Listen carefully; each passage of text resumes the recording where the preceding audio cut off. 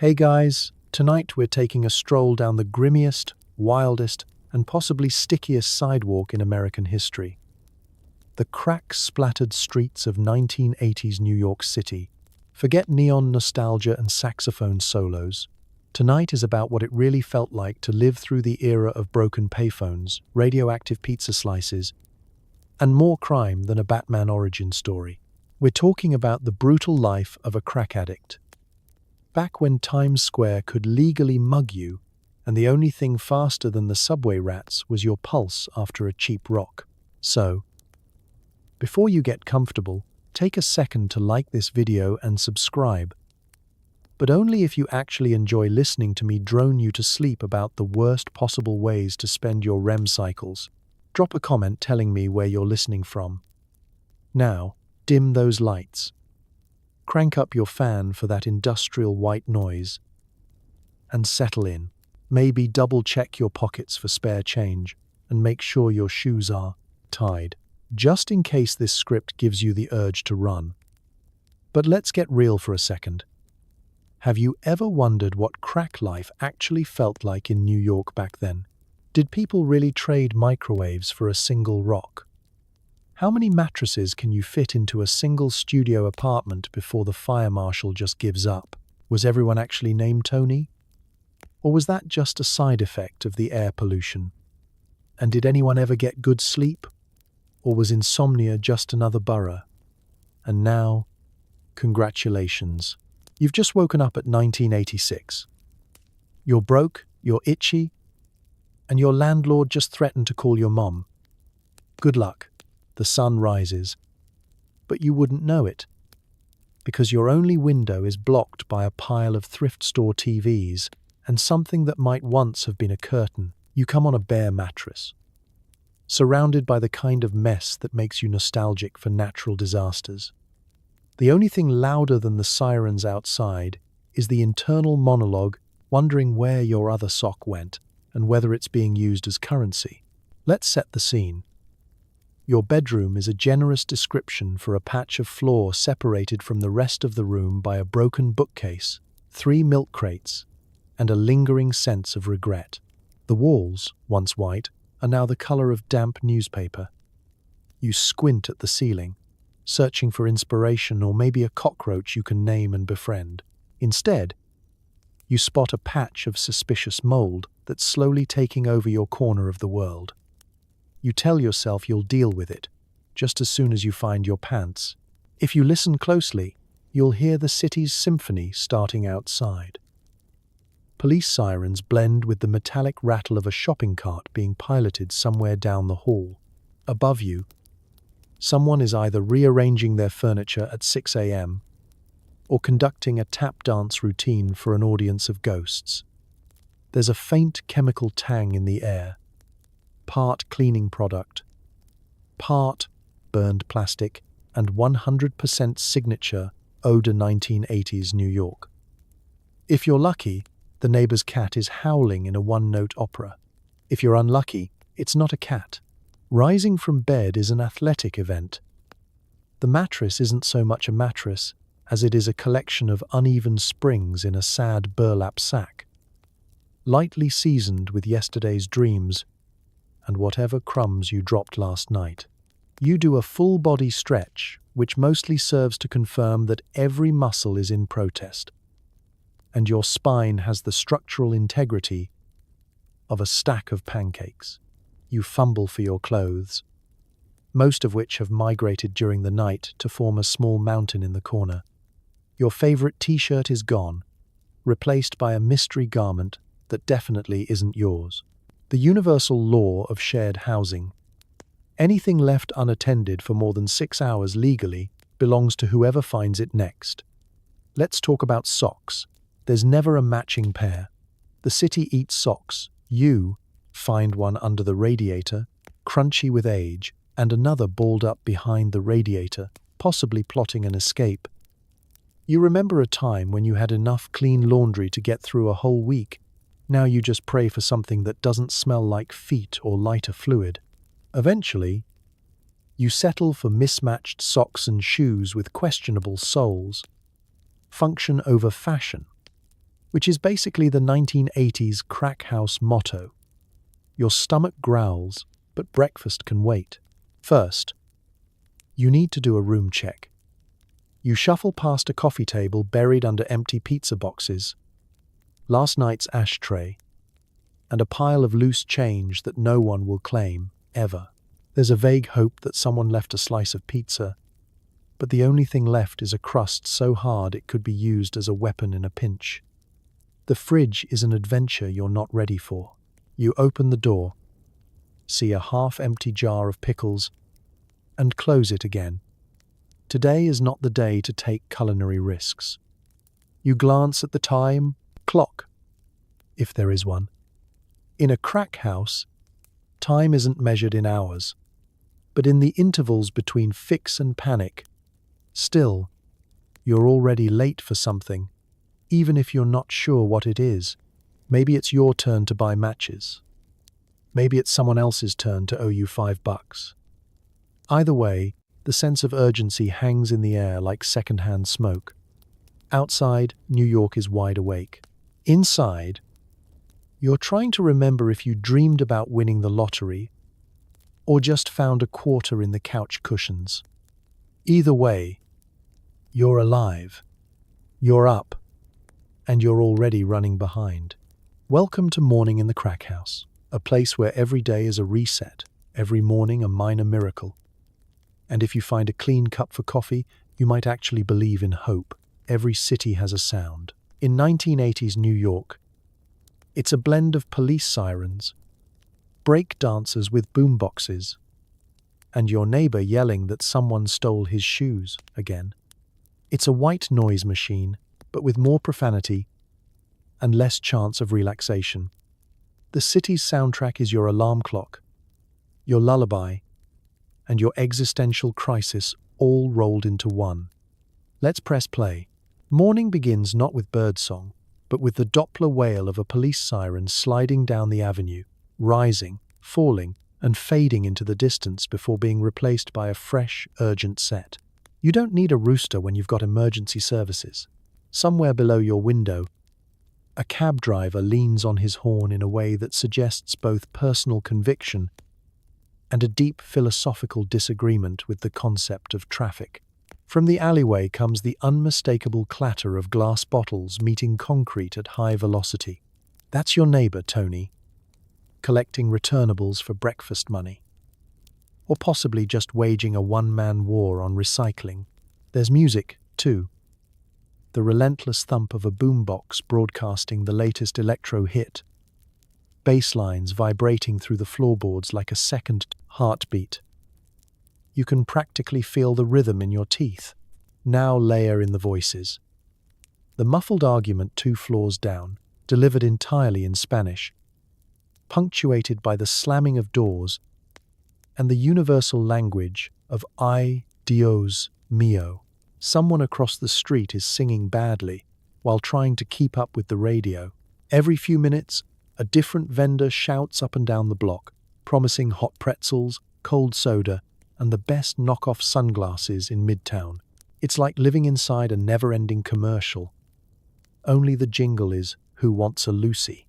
All of this is punctuated by a steady stream of shouting, sometimes angry, sometimes joyful, and sometimes just the neighborhood's preferred method of long-distance communication.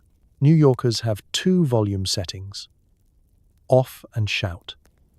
It's a city where privacy means no one's listening, even when you're broadcasting your business through an open window.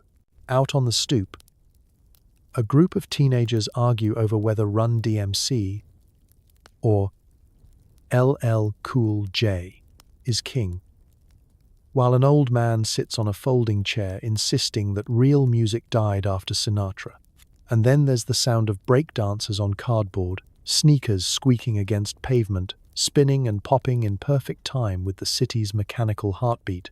Their boombox crackles, spitting out sharp snares and tinny synths that bounce off tenement walls. The show is free, but donations are encouraged, unless you want to be judged in rhyme.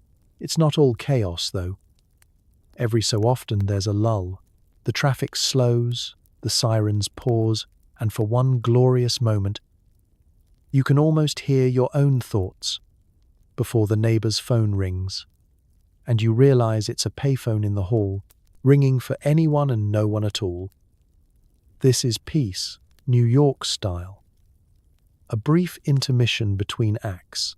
You breathe in, and the city's aroma completes the soundtrack, a mix of exhaust fumes, hot pretzel carts, and something best left unidentified wafting from the subway vent. The hum of neon signs, the slap of running shoes, the distant thump of construction. It's a sensory mixtape designed for those who don't mind a little tinnitus with their toast. Compared to this, today's white noise machines are amateurs. Who needs gentle rain when you've got a fire truck laying on its horn for 8 blocks? Who wants crickets when you can have the ka-chunk of the subway rolling under your building, shaking loose anything not already nailed down? By afternoon, the soundtrack shifts. More kids in the streets, ice cream trucks with tinny carnival music, and the roar of the city's energy building to a fever pitch. Night brings a new mix, disco from open windows, couples arguing in stairwells, the soft static of a TV left on for company.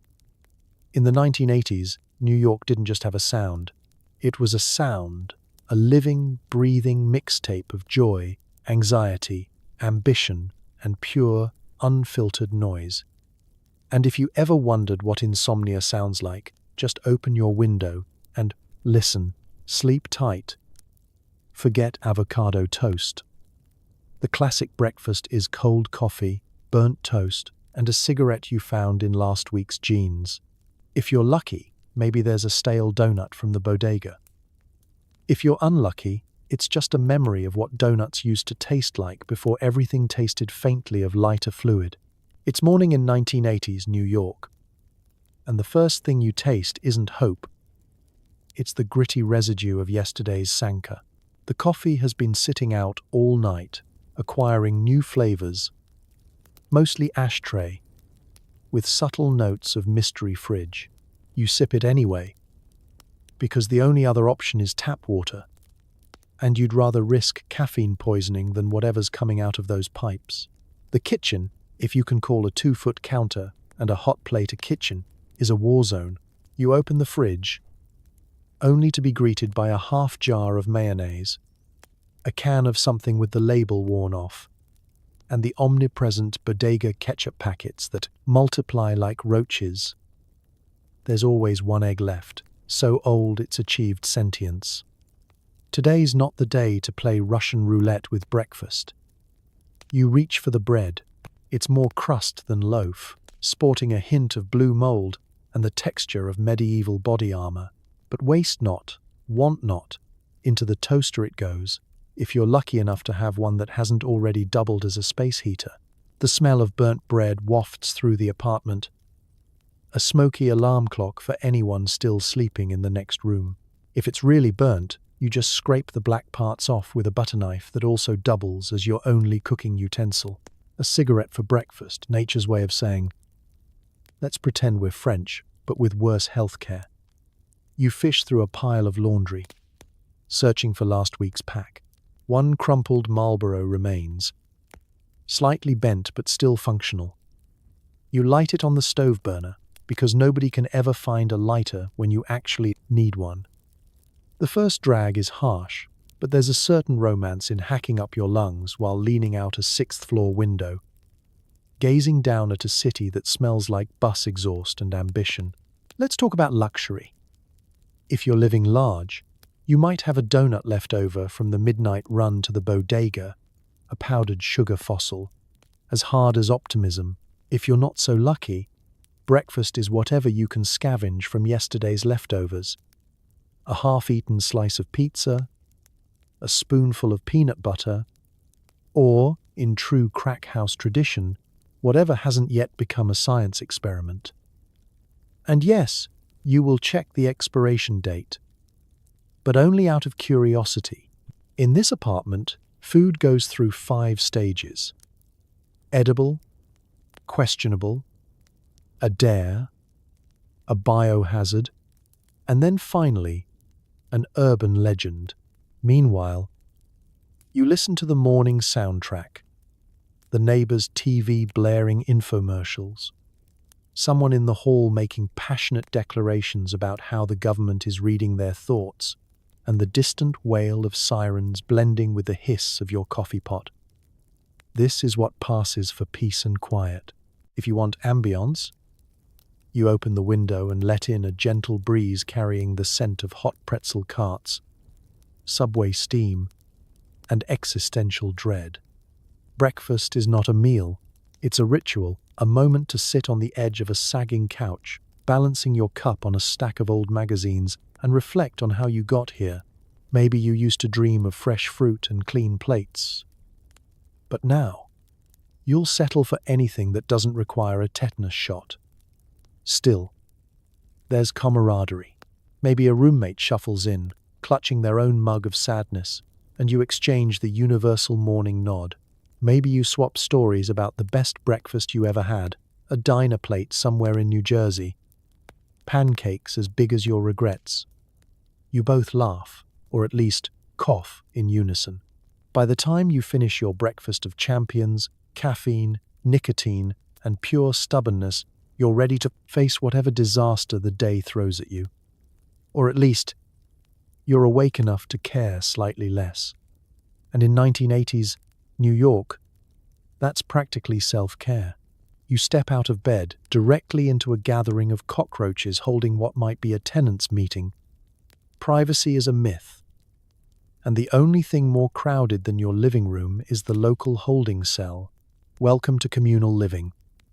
If you're not sharing your space, you're sharing your germs. Let's take a tour of the place you call home. The floorboards creak with every step, sending roaches skittering like tiny, judgmental commuters, late for the F train. The walls are thin enough to hear your neighbor's entire phone call about his cousin's arrest and his own side hustle selling stolen microwaves. There's graffiti in the stairwell, not by vandals, but by someone in your apartment who just got bored and wanted to label the outlets. "Don't use this one" is written in Sharpie above a suspiciously blackened plug. You shuffle toward the kitchen, careful not to disturb the grand assembly of insect life. Each room has its own thriving ecosystem. In the bathroom, the silverfish and mold have formed a coalition. In the closet, the moths eat better than you do. And in the kitchen, the cockroaches are the true landlords, collecting their rent in crumbs and existential terror. You swear one of them winked at you once. Or maybe that was just a side effect of breathing in too much Raid. Your actual roommates are no less colorful. There's always at least one person asleep on the couch, another passed out in the bathtub, and someone in the kitchen who claims they don't live here but shows up for every meal. Nobody remembers whose name is on the lease. And the building super only knocks if he's collecting rent or hiding from the actual landlord. The bathroom is a communal battlefield. You open the door and find yourself confronted with a spectrum of surprises. Anything from an empty toilet, paper roll again, to a mysterious, unidentifiable smell that defies all laws of chemistry. If you're lucky, there's hot water, but only if you shower before noon or after 3 a.m., when the plumbing is less angry and less likely to explode. Everyone keeps their own soap, because borrowing is just a polite word for never seeing it again. Toothbrushes are labeled with tape, Sharpie, or raw desperation. The kitchen is an exercise in optimism. There's always a debate about who left the dishes and whose turn it is to scrape last week's mac and cheese out of the pan. The fridge contains at least 4 half-empty ketchup bottles and something in Tupperware that's old enough to qualify for Social Security. If you want milk for your coffee, be prepared to fight for it. Or accept that today, your coffee comes with a side of mystery floaters. Sometimes you crave a little privacy, a moment to reflect, meditate, or just eat in peace. Good luck. Someone will always need the bathroom. The minute you close the door, if you retreat to your room, expect a parade of visitors. Someone borrowing a lighter, someone looking for a phone charger, someone who just needs to lie down for a minute. In a crack house, do not disturb is less of a request and more of an urban legend. Noise is a constant. The living room TV is always on. Volume set to the neighbors must hear this. Arguments echo from every direction. About bills, about food, about whether or not it's possible to train the cockroaches to fetch snacks. Sometimes it's oddly comforting. You're never alone, except in the rare moments you wish you weren't. In this world, you learn the delicate art of negotiation. Over the bathroom schedule, over the remote, over who gets the last piece of bread. Conflict resolution means whoever yells the loudest wins, but there's camaraderie too. When the power goes out, everyone gathers in the kitchen with candles and stories, laughing about the time someone got locked in the stairwell or the night the ceiling dripped rainwater on the TV. You may not have privacy, but you have community, human, insect, and otherwise. And in a city of millions, that's not nothing. Just watch your step in the dark. And remember, the roaches were here before you, and they'll probably outlast the lease. You need to use the bathroom, but the toilet's occupied by either a roommate, a raccoon, or something growing out of the pipes. Hot water? Dream on. The only thing reliable about your plumbing is its ability to make gurgling noises at 3 a.m. It's part Russian roulette, part urban camping. Let's set the scene. The bathroom is a sacred yet chaotic space. Part war zone, part haunted house attraction. The door never quite closes, unless you wedge it shut with a stack of National Geographics from 1978 and hope the hinges don't groan loud enough to summon the entire apartment. Privacy is measured in seconds. There's always someone knocking, shouting, or sliding a desperate note under the door. Are you done yet? Is the house anthem, second only to the sound of the toilet trying, and mostly failing, to flush. Speaking of flushing, you never know what you're going to get. Sometimes the toilet works, sometimes it just doesn't. You press the handle with the trepidation of a bomb squad technician, waiting to see if it's going to roar to life, or just bubble ominously like it's summoning the spirits of past tenants. On a good day, everything disappears as it should, and you're briefly grateful for modern plumbing. On a bad day, you reach for the plunger. Ancient, cracked, probably haunted, and prepare for hand-to-hand combat. The sink? That's another adventure. Most days it coughs up more air than water.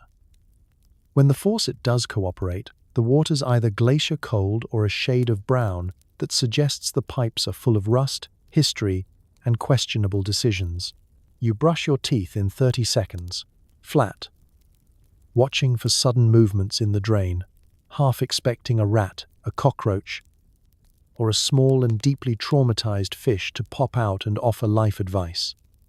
Hot water is the city's cruelest inside joke. The shower has two settings: Arctic plunge, or accidentally boiled a lobster. If you want a shower in the winter, you need to build up courage. You step in, brace yourself, and hope the water pressure is enough to remove at least a layer of grime, but not so powerful that you lose a filling. Shampoo and soap? Guard them with your life. Leave anything in here, and it's fair game for the next person. Conditioner is treated like gold, and a working razor is worth more than cash. But the real thrill comes from the mystery smells. It's never quite clear where they're coming from. Is it the pipes? The shower curtain, which has developed its own ecosystem? The mysterious puddle in the corner that no one admits to creating? Scented candles do nothing. Air freshener only adds a chemical bouquet to the already complex aroma profile of despair and industrial cleaner. And then there's the wildlife. Urban legend? Maybe. But every apartment has stories. Someone swears they saw a rat in the tub. Someone else claims a pigeon flew in through the vent, and everyone's convinced there's at least one raccoon squatting rent-free in the crawl space. If you see something moving in the corner, it's best not to investigate. Just nod respectfully and back away. Of course, there are rules. Unwritten, but universally known. Never leave your towel unattended. If you find the last square of toilet paper, congratulations, you are now king, but your reign will be short. There's an understanding that whatever happens in the bathroom stays in the bathroom unless it floods, in which case it's everybody's problem. Despite all this, the bathroom is a place of weird camaraderie. You learn to bond over shared suffering, stories of failed flushes, cold showers, and that time, the pretty, water ran green for a week. Everyone complains, everyone blames the landlord, and nobody ever remembers whose turn it is to buy bleach. By the end of your bathroom adventure, you feel oddly accomplished, like you survived a team-building exercise designed by Kafka.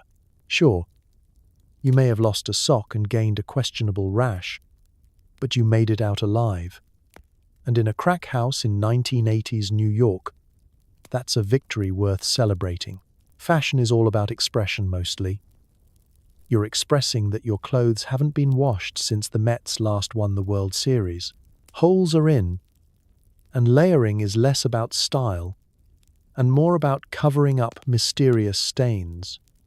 Everyone's walking a runway made of broken glass and bad decisions. Let's talk about wardrobe. In the 1980s crack house, getting ready is less of a transformation and more of a negotiation with fate. The first decision is which pair of pants looks least likely to disintegrate during sudden movement. There's the good pair, the ones with both knees mostly intact and only one mysterious burn mark, or the emergency sweatpants, which have been through enough that the elastic is just a fond memory. T-shirts come in two categories. Too small or so big you could use them as a tent in Central Park. If you're lucky, you'll find something that lands somewhere in between. Probably a faded I Heart NY souvenir that's been repurposed as pajamas, gym wear, and, once, an impromptu dish towel. Most shirts have lost their shape, their logos, and possibly their will to live. But in this era, threadbare means breathable. And who needs polyester when you've got urban ventilation in the form of fabric rips? Socks, as always, are a choose-your-own adventure. Mismatched is the look of the decade. One stripe, one polka dot, both with holes in the heel. You pull them on anyway, making a silent pact not to take your shoes off in public under any circumstances, unless you want to start a trend called toxic foot chic. Shoes themselves are a saga. Maybe you have a pair of battered sneakers with soles so thin you can read the newsprint through them. Or perhaps you're rocking boots, held together with equal parts tape and optimism. Let's address outerwear.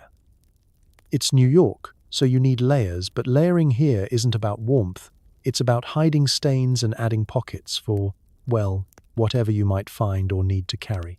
Denim jackets with suspicious crusts, trench coats with secret holes, or a windbreaker that's seen more wind than break. Everyone's got something, and if you don't, there's always the community pile by the door.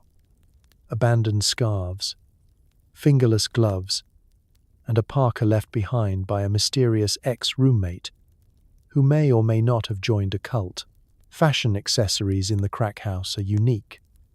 Maybe you've got a plastic watch from a pawn shop, or a gold chain that is definitely not gold, or possibly just a shoelace tied as a belt.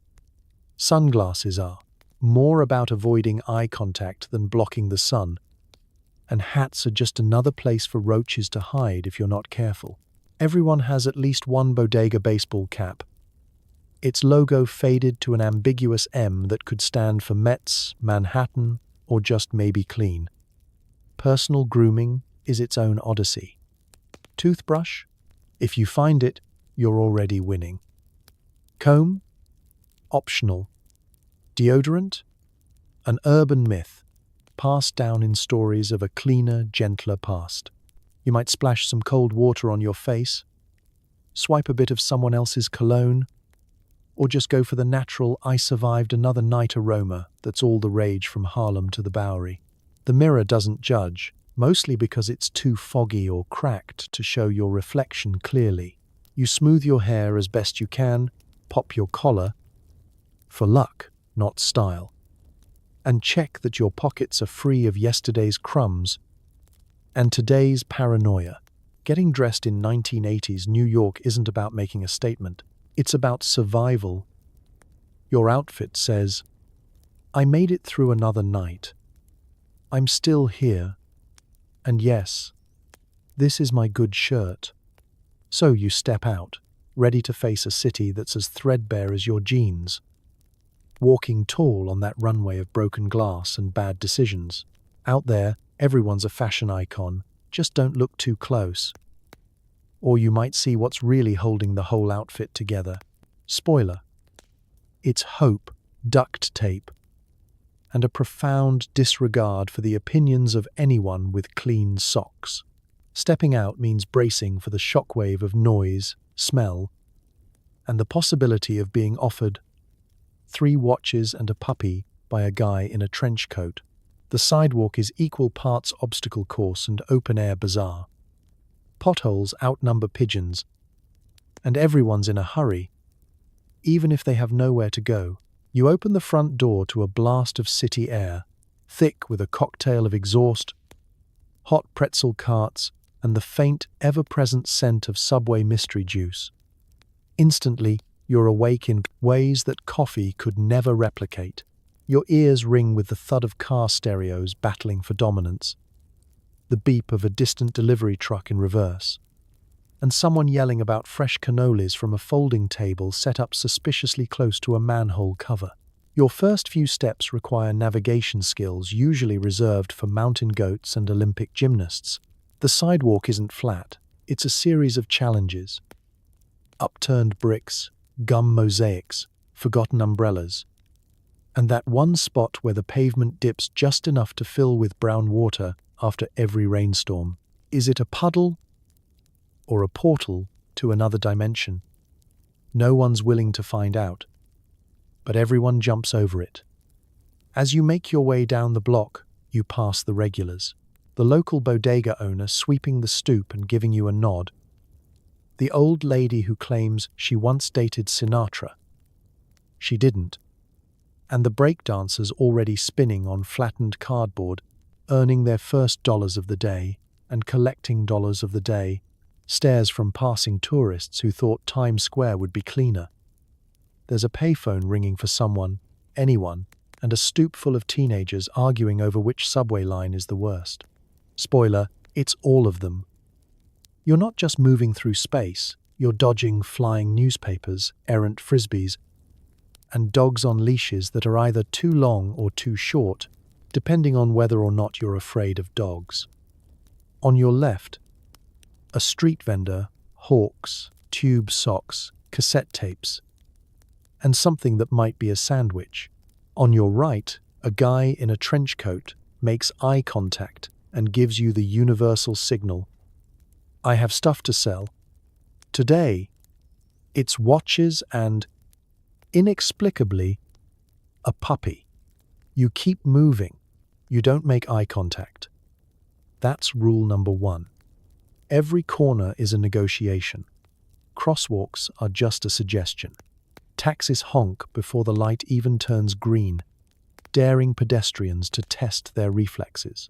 Somewhere, a fire hydrant has been turned into an improvised fountain for a group of kids, barefoot, shrieking, and dodging cigarette butts with the agility of ballet dancers. If you're lucky, you'll make it 3 blocks before someone asks you for a light, directions, or your opinion on the Mets bullpen. The answer is always, it could be worse. Let's talk about fashion. Out here, people wear everything from business suits to pajamas to a full Statue of Liberty costume, tips appreciated. Everyone's got somewhere to be, even if it's just the next stoop over.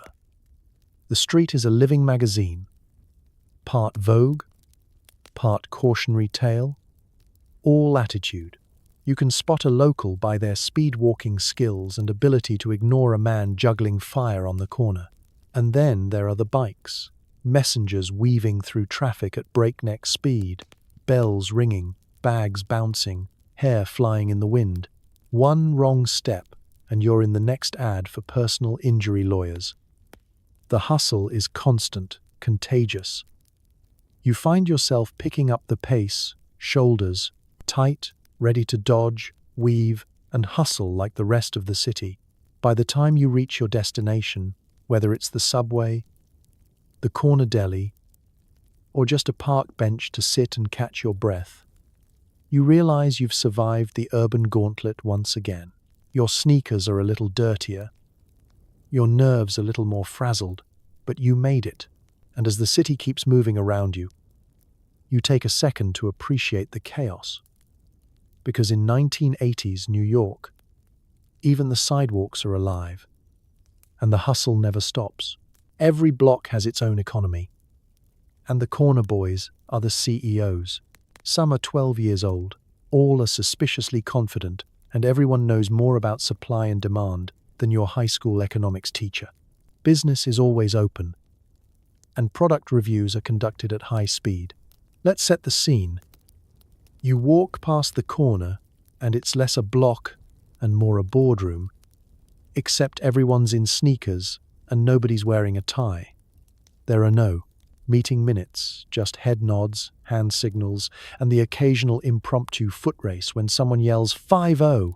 Forget the Chamber of Commerce.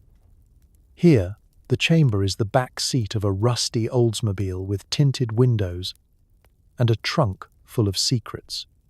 The corner boys have a system. Every one of them knows their role. There's the lookout, scanning for cops and teachers alike. The runner, who can dodge traffic like he's auditioning for a car commercial. The hustler, whose job is to charm, persuade, and negotiate. And the accountant, who swears he'll be rich by 18, or at least not grounded for failing math class again. Everyone has a nickname, but nobody's birth certificate matches. The merchandise is as varied as the customers. Sure, there's the obvious, crack vials sold with the subtlety of a carnival barker, but there's also single cigarettes, batteries, loose change, and whatever else you didn't know you needed until a kid with 3 gold chains and the confidence of a Wall Street shark convinces you otherwise. Today, it's a used pager. Tomorrow, it's a knockoff Rubik's Cube that almost turns. There's an energy to the transaction. It's quick, coded, and somehow always at the center of pedestrian traffic. Old ladies walk by pretending not to notice. Office workers look the other way, and tourists keep walking, clutching their purses like the Statue of Liberty's torch. Regulars get the family discount, which is the same as the regular price, but you feel special.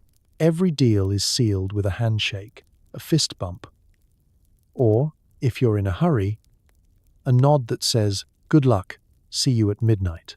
The boys are philosophers, comedians, and market analysts rolled into one. They know which days are slow, rainy Mondays, which blocks have the best foot traffic, and who's likely to call the cops if you so much as sneeze in their direction. They trade stories, crack jokes, and take polls on whether LL Cool J or Big Daddy Kane is the future of music. Every dispute is settled by consensus. Or, failing that, a 2-minute foot race to the hydrant and back. Product reviews are lively. Someone tries the merchandise right there. Yeah, that's the good stuff. While another shakes his head, giving a play-by-play critique worthy of the New York Times. Word travels fast. If the product's bad, you're out of business by lunchtime. If it's good, everyone wants a piece, including the rival crew from 2 blocks over. Competition is fierce, but respect is real. You don't mess with another man's corner unless you're looking for trouble or you've lost a bet. And the police? They're always in the background. Some days, it's cat and mouse. Bikes versus boots. Badges versus bravado. The lookout whistles. Everyone scatters. And for a minute, the block is silent. Then, Like clockwork, business resumes. The cops know the game, the boys know the risks, and everybody hopes to make it through the day with cash in their pocket and shoes still on their feet. Corner life isn't glamorous, but it's fast, clever, and oddly entrepreneurial. Supply and demand aren't abstract concepts, they're survival skills. The boys learn early that hustling is about more than making money. It's about reading people, thinking on your feet, and knowing when to hold your ground or disappear. At the end of the day, the corner is more than just geography. It's a home office, a social club, a classroom, and a stage for the wildest business school in New York. So the next time you pass a street corner in 1980s New York, remember, you're not just walking by a group of kids. You're walking past the city's youngest CEOs, sharper than their teachers, quicker than their customers, and always open for business. Securing your first rock of the day is a ritual, one that involves coded language, cryptic gestures, and more drama than a soap opera marathon. The lighter flicks, the pipe sizzles, and you contemplate whether this is what Newton meant by equal and opposite reactions.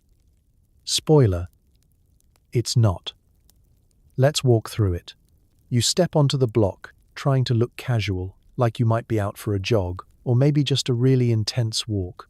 In reality, your heart's pounding like a subway train stuck between stations, and your eyes dart from face to face, trying to decipher who's selling, who's watching, and who's just lost.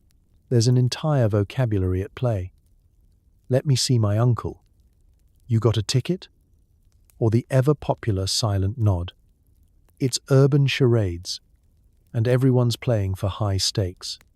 The exchange happens fast.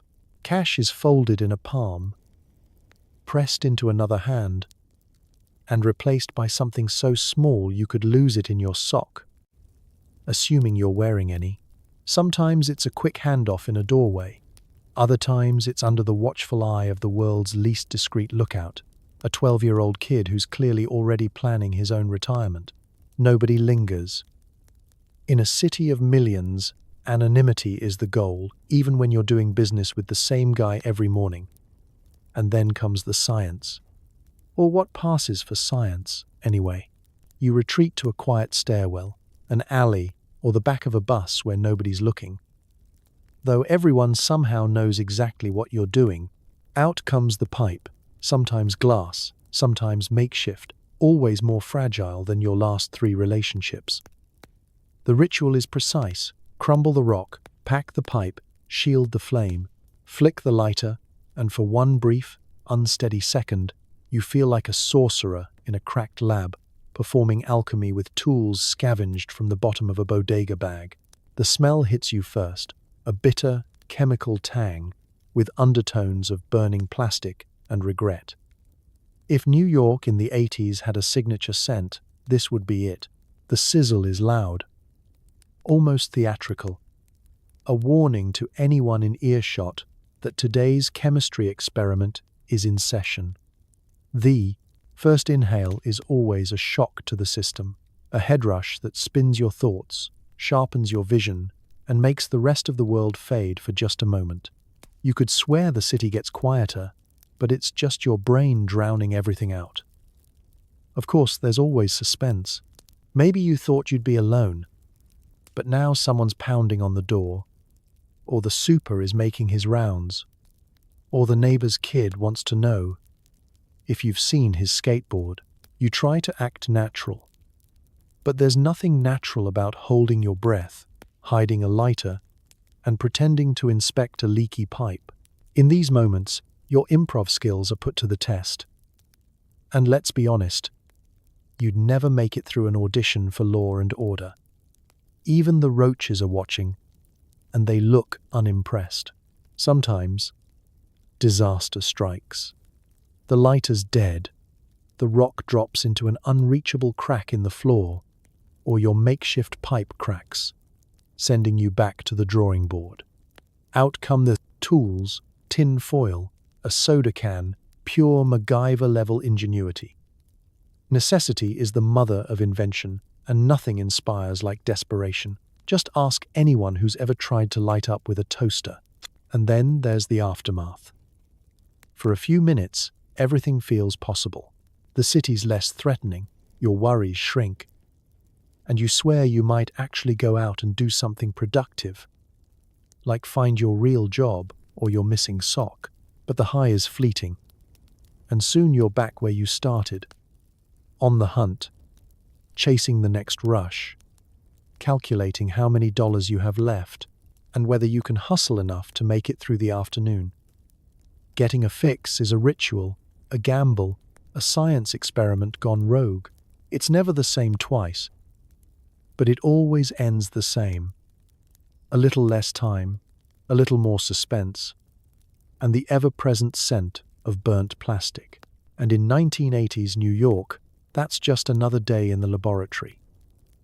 Lunch is whatever you can hustle: stale, chips, cold pizza, or a questionable street hot dog. Food is less about nutrition and more about convenience. Can you eat it with one hand while keeping an eye out for the cops? If it crunches unexpectedly, just pretend it's extra protein. Let's set the menu. On a good day, lunch means raiding last night's bodega bag. Half a bag of off-brand chips, 3 Tic Tacs, and the crushed remains of what might once have been a peanut butter cracker. Gourmet standards are low. If it's not growing its own mold, it's fair game. The gold standard is, of course, cold pizza.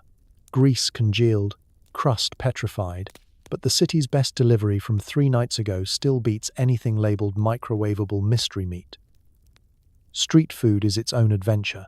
Every corner has a vendor, every vendor has a pitch, and every hot dog has a story. You hand over a wrinkled dollar and try not to think about how long the all-beef frank has been marinating in the steam cart. Toppings are applied with reckless abandon: onions, sauerkraut, and enough mustard to set off alarms at the local health department. The first bite is a leap of faith. The second bite is denial. And the third bite, well, if you're still eating, you're either brave or just really, really hungry. Sometimes, fortune smiles on you.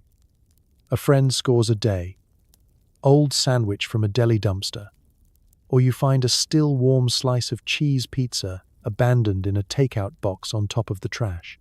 If you eat it fast, it counts as fresh.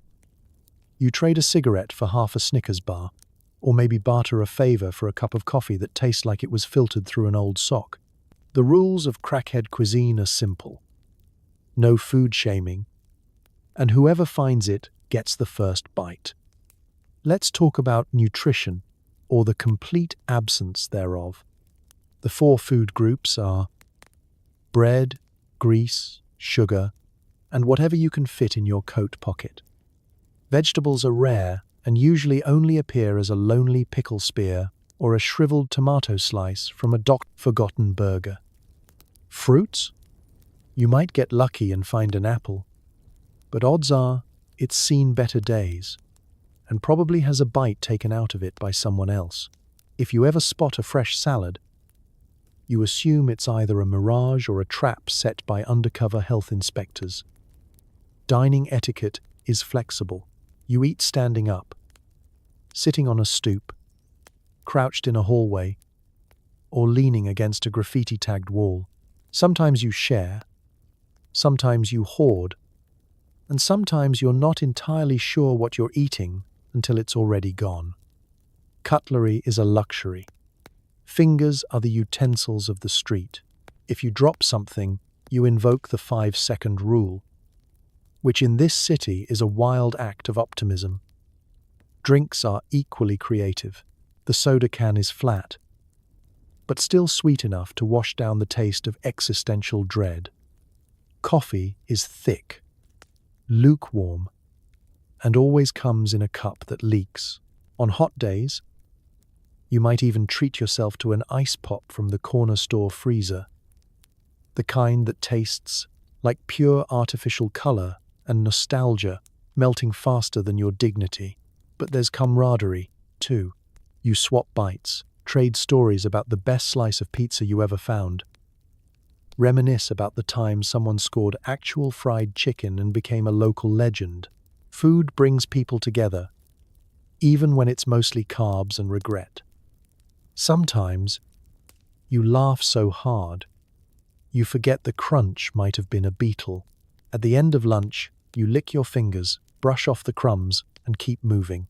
Hunger never really leaves, but you get by on hustle, street smarts, and the never-ending hope that tomorrow someone will drop a whole pizza right in front of you. In 1980s New York, that's a culinary dream worth chasing. Bon appetit, urban style. The odds of talking to the police at some point? 100%. The odds they'll actually help. Statistically insignificant. Uniforms everywhere, sometimes on actual police officers. Being frisked is a daily routine, and everyone's got a story about being mistaken for someone else.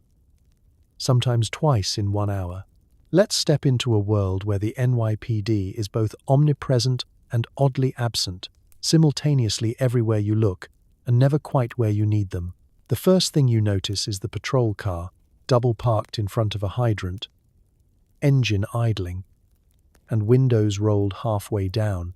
There's always a pair of officers inside, sipping coffee from styrofoam cups and debating which deli has the best bagels. You walk past with your hands in your pockets, perfecting the art of looking innocent, which, ironically, is the surest way to attract attention. There's a special kind of sixth sense that develops on these streets, the ability to spot an undercover cop from a block away. The clues are subtle: brand new sneakers, a too neat haircut, a radio earpiece just barely tucked under the collar. The undercover stares too long, tries to blend in, and somehow always stands out more than a guy in a gorilla suit handing out flyers for a strip club. You know the drill. Keep moving. Don't make eye contact. And whatever you do, don't wave. And then, there are the stops.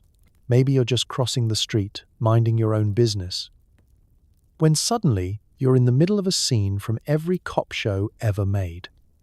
Hey buddy, what are you doing around here? It's less a question, more a script. You freeze, palms sweaty, racking your brain for an answer that won't land you in a back seat headed for central booking. You give your name. They don't believe it. You show your ID. They frown, check it, and then ask for your name again, just in case you forgot it since the last time. The frisk is a rite of passage. A public, unceremonious pat-down while half the block looks on. You empty your pockets, revealing a collection of lighters, loose change, and maybe a single, squashed cigarette. The officer sighs, clearly disappointed. This isn't their first rodeo, and it won't be their last. Sometimes they make small talk. Sometimes they give you the lecture, "Stay out of trouble, kid." And sometimes they're just looking for someone who matches a description that is, statistically speaking, every single person in New York City. Male, 5 to 10, brown jacket, looks tired. Everyone in the neighborhood has a police story, and every story is somehow both unique and exactly the same. There's the time you got stopped for jaywalking, the time your cousin got a ticket for loitering in front of his own building, the time someone swears a cop bought them a sandwich just because. There's always a rumor of one nice officer who lives above the bodega, but no one's ever seen him. He's like the Bigfoot of community policing. Of course, sometimes the law is less about rules and more about routine. You see the same faces on the beat every day. Some officers know your name, your business, your cousin's ex-girlfriend's dog's name. They'll nod as you walk by, maybe even crack a joke, and you pretend it's all normal. But deep down, you know, the balance can shift with the weather. Friendly today, suspicious tomorrow. Then there are the raids, loud, chaotic. Half the block lit up with red and blue lights. Everyone ducks, doors slam, and for a few wild minutes, The entire street is in a state of panic and performance art. Afterwards, things go right back to normal. As if nobody even noticed a squad car just took out 3 trash cans and half a mailbox. In 1980s New York, the police are part of the landscape, sometimes protector, sometimes antagonist, always unpredictable. You learn to move carefully, speak politely, and keep your hands where everyone can see them. And if you ever do find yourself explaining, once again, that you are definitely not Tony, you just sigh and hope the odds are better tomorrow. Sleep easy, if you can. The city never blinks, and neither do the cops. Your social life is a circle of trust with more holes than Swiss cheese. One minute someone's your best friend, the next they've stolen your shoes. Loyalty is measured by how many cigarettes someone's willing to spot you, or if they let you crash on their floor, which smells like soup. Relationships in the crack house are a high-wire act. Equal parts Jerry Springer and group therapy, with everyone double-booked as both confidant and accomplice. Friendships are forged in the fires of mutual desperation. You help them dodge the landlord. They let you borrow their only clean shirt for a job interview you're both pretty sure won't happen. Favors are currency, but debts are eternal. If someone says, "I owe you one," you know it's going to be paid back, but possibly in expired snack cakes or last night's ramen. The cast of characters rotates with the unpredictability of a broken subway schedule. There's the big brother, a gruff protector who looks out for you, but will still swipe your last cookie if you blink. There's the storyteller, always full of dramatic tales about how he almost made it big as a DJ, boxer, or poet, but somehow wound up here, spinning fables for the price of a sandwich. The peacemaker tries to keep the peace, breaking up fights over who finished the coffee or whether anyone actually cleaned the bathroom this month. But don't get too cozy. Trust is a gamble. That roommate who once covered for you when the cops came knocking might sell you out for bus fare tomorrow. You learn to hide your valuables, stash your cigarettes in the freezer, tuck your extra dollar in your shoe, and keep your lighter on a chain. If something goes missing, it's an unspoken rule. Confrontation is pointless. Confession is unlikely. And the best you'll get is a shrug and a, "Hey man, that's life." Yet for every foe there's a frenemy. Someone who drifts in and out of your good graces, depending on the hour and the weather. Maybe you team up for a hustle, then argue about who deserves the bigger cut. Maybe you fight over the last clean spoon, only to split a can of beans later in the evening, because hunger is the ultimate peacemaker. Everyone is both competitor and companion, locked in a dance of survival and suspicion. Genuine friendships do form, but they're unconventional. Instead of brunches and birthday cards, you share secrets, trade stories, and look out for each other when someone is having a rough night. You celebrate the small wins. A found $5 bill, a working radio, a night without bed bugs, and mourn the losses, usually together, even if it's just sitting in silence on the fire escape, watching the city lights flicker. Loyalty here is measured by the little things. Will someone split their last slice of pizza? Do they warn you when the landlord is on his way? Or cover for you when your mum calls and you're out job hunting? Read. Asleep on the couch. True friends don't judge you for your worst moments, because they're probably living through them too. But even in this chaos, kindness sneaks in. Someone patches a tear in your jacket with duct tape. Someone else brings back coffee from the bodega, even though you can't pay them back right away.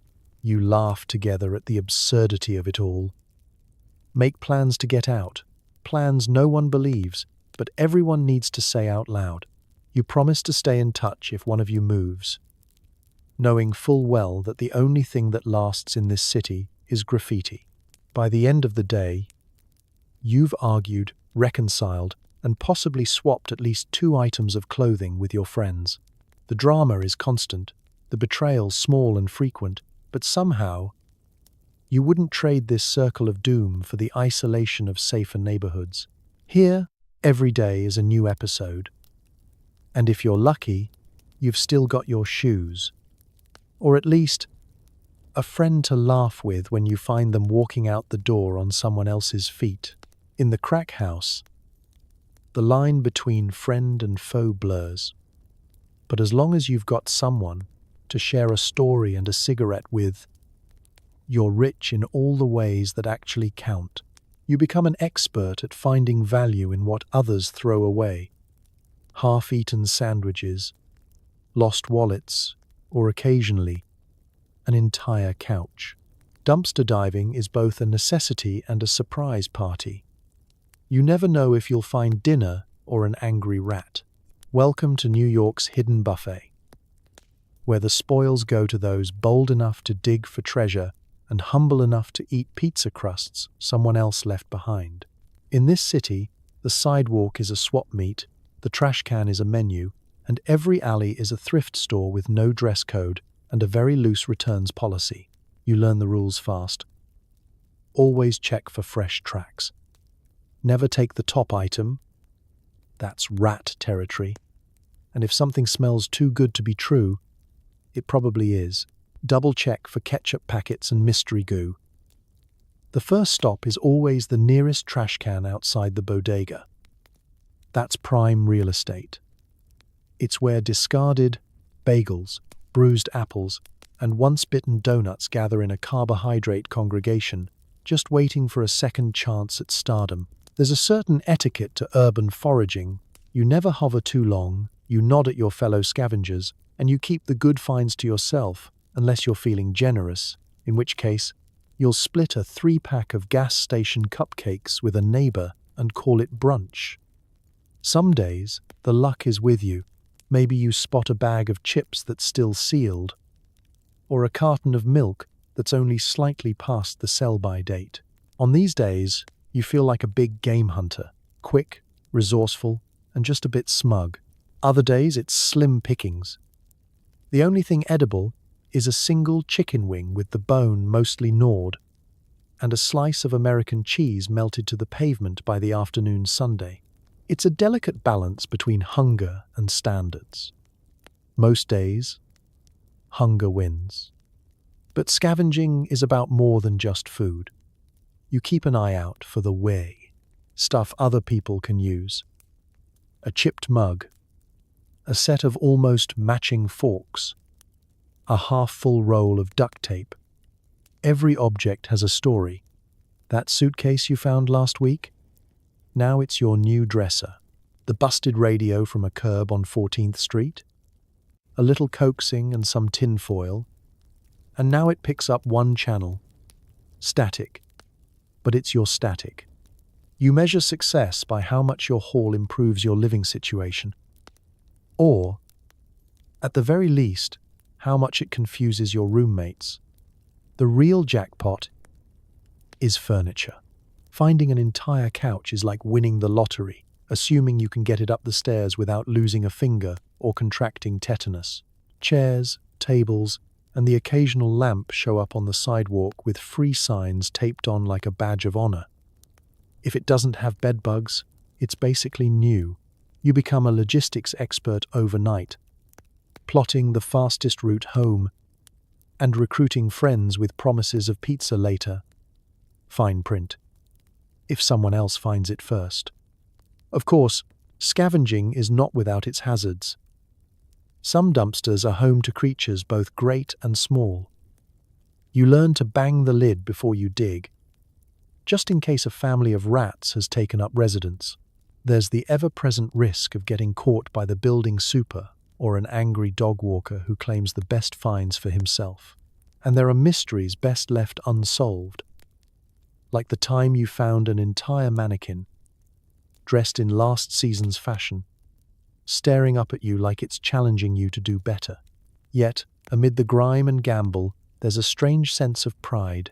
You become resourceful, adaptable, creative. You learn to see beauty in the discarded, to make something out of nothing. Dinner might be a feast or a fiasco, but either way, You earned it.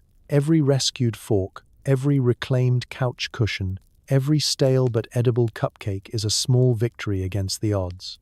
Urban foraging is survival, but it's also a little bit of hope, the belief that even in a city that never sleeps, someone else's trash really can be your ticket to making it through one more day. Money is a concept, not a reality. Everyone owes everyone else, and the fastest way to go broke is to get paid. Bartering is back in style, microwaves for rocks, VHS tapes for food, and dignity for a few bucks. You're basically living inside a malfunctioning pawn shop. Let's talk currency.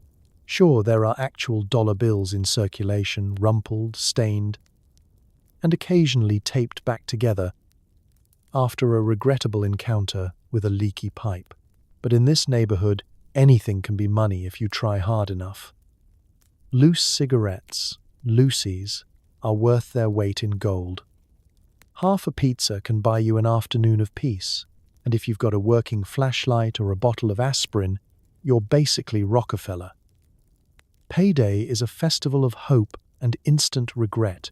The moment you get your hands on a crisp 20, it starts to evaporate. Suddenly, everyone you know needs a loan. I'll pay you back tomorrow, they say, and you both know tomorrow is a theoretical construct. If you manage to hold onto your cash for more than 15 minutes, you're either a magician or hiding in the bathroom with the shower running to muffle your presence. Debts multiply like roaches. Someone always owes you $5, but you owe someone else 10, who owes someone else a favor, who owes everyone an apology. It's a web of promises and IOUs scribbled on the backs of takeout menus, all of which mysteriously disappear whenever anyone tries to collect. There are no spreadsheets here, just mental arithmetic, performed while looking over your shoulder.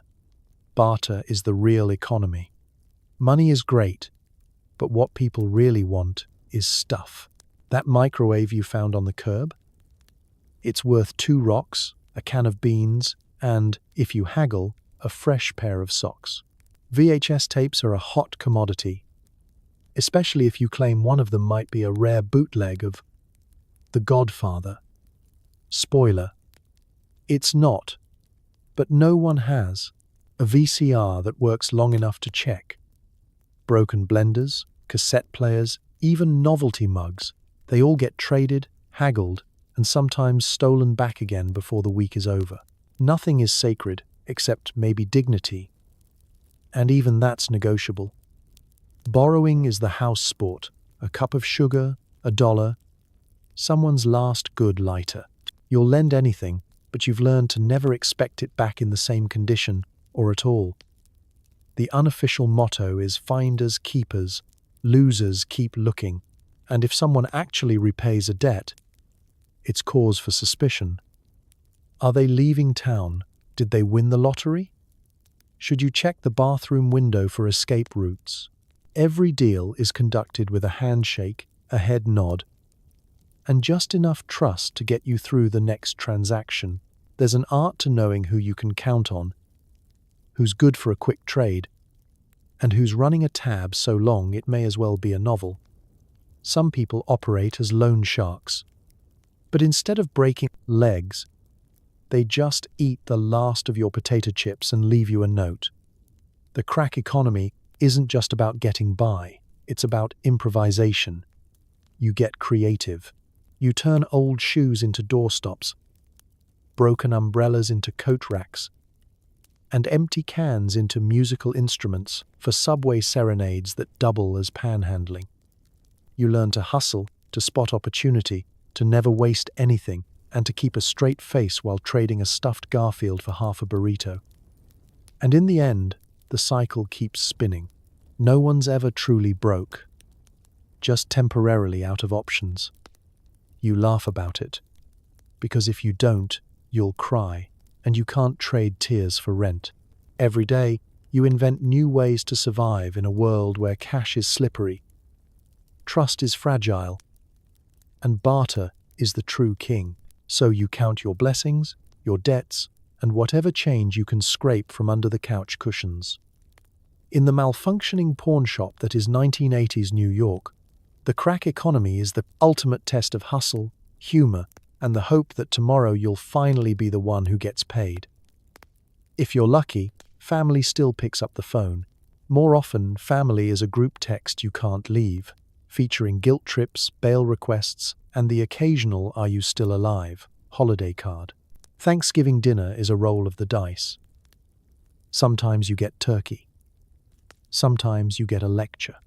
In the 1980s, family meant different things depending on who you asked and how far you drifted from the home address scribbled on your high school diploma. For some, family was a lifeline. Someone to wire you $20, send a care package, or at least remind you what your real name is when you've been going by 3 different nicknames on the block. For others, family was a distant echo, muffled by static, shame, or the city's constant background buzz. Calling home was always an emotional roulette. Maybe mom picks up, cheerful but suspicious, demanding to know if you're eating enough vegetables. Maybe it's your brother, launching into a full report about everyone's business, including who got married, who's in jail, and which cousin has started selling questionable vitamins door to door. Every phone call is a gamble. Will you get the warmth of nostalgia or the Arctic blast of "Why haven't you called in 6 months?" Sometimes you get lucky. Family shows up with groceries, warm clothes, or a stern talking to disguised as a pep talk. Other times, the connection is spotty, a message left on a cracked answering machine, or a postcard from an aunt who still can't spell your name right but never forgets your birthday. And if you're really lucky, someone slips you a few dollars just for emergencies, which you swear you'll stretch out, only to discover that emergencies, like pigeons, multiply in New York. But more often, family is a tangled web of shoulds and maybes. You should visit, but you maybe will when you're clean, when you passed, have money, when you've got good news for a change. Every call home is a silent negotiation. What do you reveal? What do you hide? And how many times can you pretend the call is dropping before you run out of plausible static noises? Then there are the holidays, those minefields of emotion and casseroles. Thanksgiving means packing into someone's living room with folding chairs, paper plates, and an undercurrent of judgment that pairs well with the cranberry sauce. Sometimes dinner is a feast, the table loaded with every carb known to man. Other times, it's just boxed stuffing and microwaved hope. The conversation zigzags between reminiscing about the good old days, which you recall weren't all that good, and dissecting the current state of everyone's love, life, job, or lack thereof. You try to show up clean, presentable, and a little less broken than last year. You field questions about your future plans and your potential, all while keeping an eye on the clock and an ear out for the first argument of the night. There's comfort in the chaos, though, because no matter how fraught the evening, you know you'll leave with leftovers and at least one fresh grudge to nurse until New Year's. For those whose families have drifted or disappeared, you find new kin wherever you can.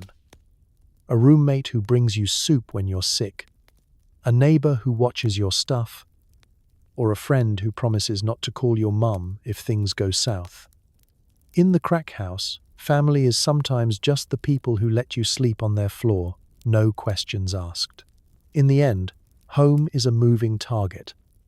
Sometimes it's a phone call, sometimes it's a meal, sometimes it's just a memory you hold onto when the city feels too loud. The ties that bind are elastic, stretchy, prone to snapping, and yet, somehow, always there when you need them most. So you keep dialing, keep hoping, keep showing up, even if home is just a word you say when someone asks where you're from. In the calm city, family comes in all forms: messy, distant, overbearing, or makeshift. Whatever shape it takes, it's a lifeline in a world where everything else changes overnight. Finding a place to sleep is a quest worthy of its own musical. Sometimes it's a friend's couch, sometimes it's a park bench, and sometimes it's an abandoned building with all the ambiance of a haunted doll factory. Sleep is optional, paranoia is not. Let's begin with the options. The gold standard of crack-era accommodations is the friend's couch, lumpy, stained, but blessedly horizontal. If you're lucky, your host is generous with the blanket, singular, and doesn't mind if you finish the last of the instant noodles. The couch is a social hub by day and a battleground by night. As you jockey for space with a snoring roommate, a cat who hates you, and at least 3 empty chip bags that have unionized against comfort. Next up, the squat, a term that makes every building in New York, from luxury high-rises to condemned brownstones, a potential candidate for most likely to become your new home. The abandoned building is an adventure in itself. Entry requires stealth, a loose definition of private property, and nerves of steel. Inside, every floorboard creaks with suspicion. Every hallway is a wind tunnel for city drafts. And the decor is best described as post-apocalyptic chic. If you find a mattress, you're either overjoyed or deeply concerned about its previous tenants. Possibly both. You might share your space with the ghosts of factory equipment, fellow wanderers, and whatever mysterious creature makes that scratching noise after midnight. Park benches offer a taste of the great outdoors, minus the s'mores, and plus a whole lot of pigeon interference. You learn to nap with one eye open, and your possessions wrapped around your body like a blanket made of paranoia. Every park has its regulars. The chess guys who never sleep, the joggers who think you're part of the landscape, and the security guards who treat the midnight bench shuffle as a sacred ritual. Move along, they say, and you do, usually to another bench. For those who brave the shelter system, it's a mixed bag. Some nights you find a cot and a roof, and maybe even a cup of watery soup and a pamphlet about self-improvement. Other nights, it's musical chairs with grown adults, all competing for the same spot with a level of cutthroat enthusiasm usually reserved for Black Friday sales. The shelter is a crash course in human diversity. Every background, every story, every kind of snore. Some folks are friendly, some are silent, and some will trade you an extra pillow for half a cigarette and a secret you didn't plan to share. Then there's the truly creative. Sleeping on subway cars, in empty stairwells, or curled up behind a dumpster warmed only by the gentle hum of the city's exhaust pipes. Each location has its risks and rewards. Sometimes the biggest danger is bedbugs. Other times it's the late-night poet reciting existential verse until sunrise. The key is to be adaptable. You never know when tonight's roof will spring a leak, or when the couch you thought was reserved has been claimed by someone with a better sob story. No matter where you land, sleep is always complicated. The mind races with what-ifs. What if someone comes in? What if you get robbed? What if the ceiling finally gives up and joins you on the floor? You develop a sixth sense for shifting shadows and late-night noises. And soon, you can tell the difference between a raccoon, a roommate, and a distant police siren without even opening your eyes. Yet, even among the cardboard castles and concrete pillows, there's an odd sense of solidarity. People share tips about the safest stairwells, the warmest steam grates, and which shelters serve actual food versus food. Sometimes you swap stories or just share the silence, united by the simple desire to make it through one more night. In the end, shelter is less a place and more a process, a never-ending search for comfort, rest, and maybe, if you're lucky, a night free from the rain and roaches. In 1980s New York, you take sleep where you can find it, and camaraderie where you least expect it. New York weather is as unpredictable as your dealer's punctuality. Sweltering summers mean sleeping on the roof with the pigeons. And winters are a test of how many layers you can wear before you can't move your arms. The cold is the city's way of keeping you awake, just in case the crack doesn't. Let's talk summer first. The heat radiates up from the concrete like someone left the world's largest oven door open and then lost the oven mitts. Your apartment transforms into a sauna designed by people who hate comfort. Box fans run 24/7, blasting hot air around like it's going out of style. And you'd sell your soul for a working air conditioner or, failing that, a well-aimed fire hydrant. There's no privacy on the roof, just you, a few neighbors, and a committee of city pigeons who judge your life choices and occasionally your hair. Sleep comes in bursts, interrupted by sirens, sweat, and the low hum of someone's boombox set to endless loop. You count mosquito bites instead of sheep, and hope that tonight, at least, there's a breeze. By day, the streets are sticky and bright. Sidewalks shimmer with heat haze and the scent of hot garbage. If you're desperate for shade, you duck into a bodega and pretend to browse the canned beans. The local fashion becomes whatever's clean, or at least the least sticky. Tank tops, cut-off shorts, and bare feet hanging out the window are the uniform of the truly defeated. Every handrail burns, every subway car is a slow cooker, and standing next to the ice cream truck is the city's version of a tropical vacation. Then, as the calendar flips, New York pivots without warning into winter. Now, the same windows that baked you in August are letting in a breeze that would impress a polar explorer. You layer up, shirt, sweater, jacket, second jacket, third-hand parka, and a scarf long enough to double as a lifeline. Gloves are mismatched, hats are borrowed, and you walk stiffly through the streets looking less like a city dweller and more like a bundled-up marshmallow with trust issues. If you try to run in all those layers, you'll pull a muscle you didn't even know you had. Sleeping is its own trial. The radiator, when it works, makes noises that suggest it's haunted. When it doesn't work, you pile up every blanket in the house, plus one you stole from the laundry room and two you found in the hallway. Cold air sneaks in through cracks in the window, freezing your toes and your will to live. You dream of electric blankets and central heating, and settle for 2 pairs of socks and the comforting thought that, at least for tonight, the bedbugs are cold too. Everyday life becomes an athletic event. You dash from building to building, exhaling visible clouds of breath and trying not to slip on frozen puddles. Hot coffee is suddenly worth its weight in gold, and everyone lines up for soup, if only to wrap their hands around something warm. The brave and the foolish still sleep on rooftops, now under a pile of jackets, tarps, and whatever cardboard isn't already spoken for.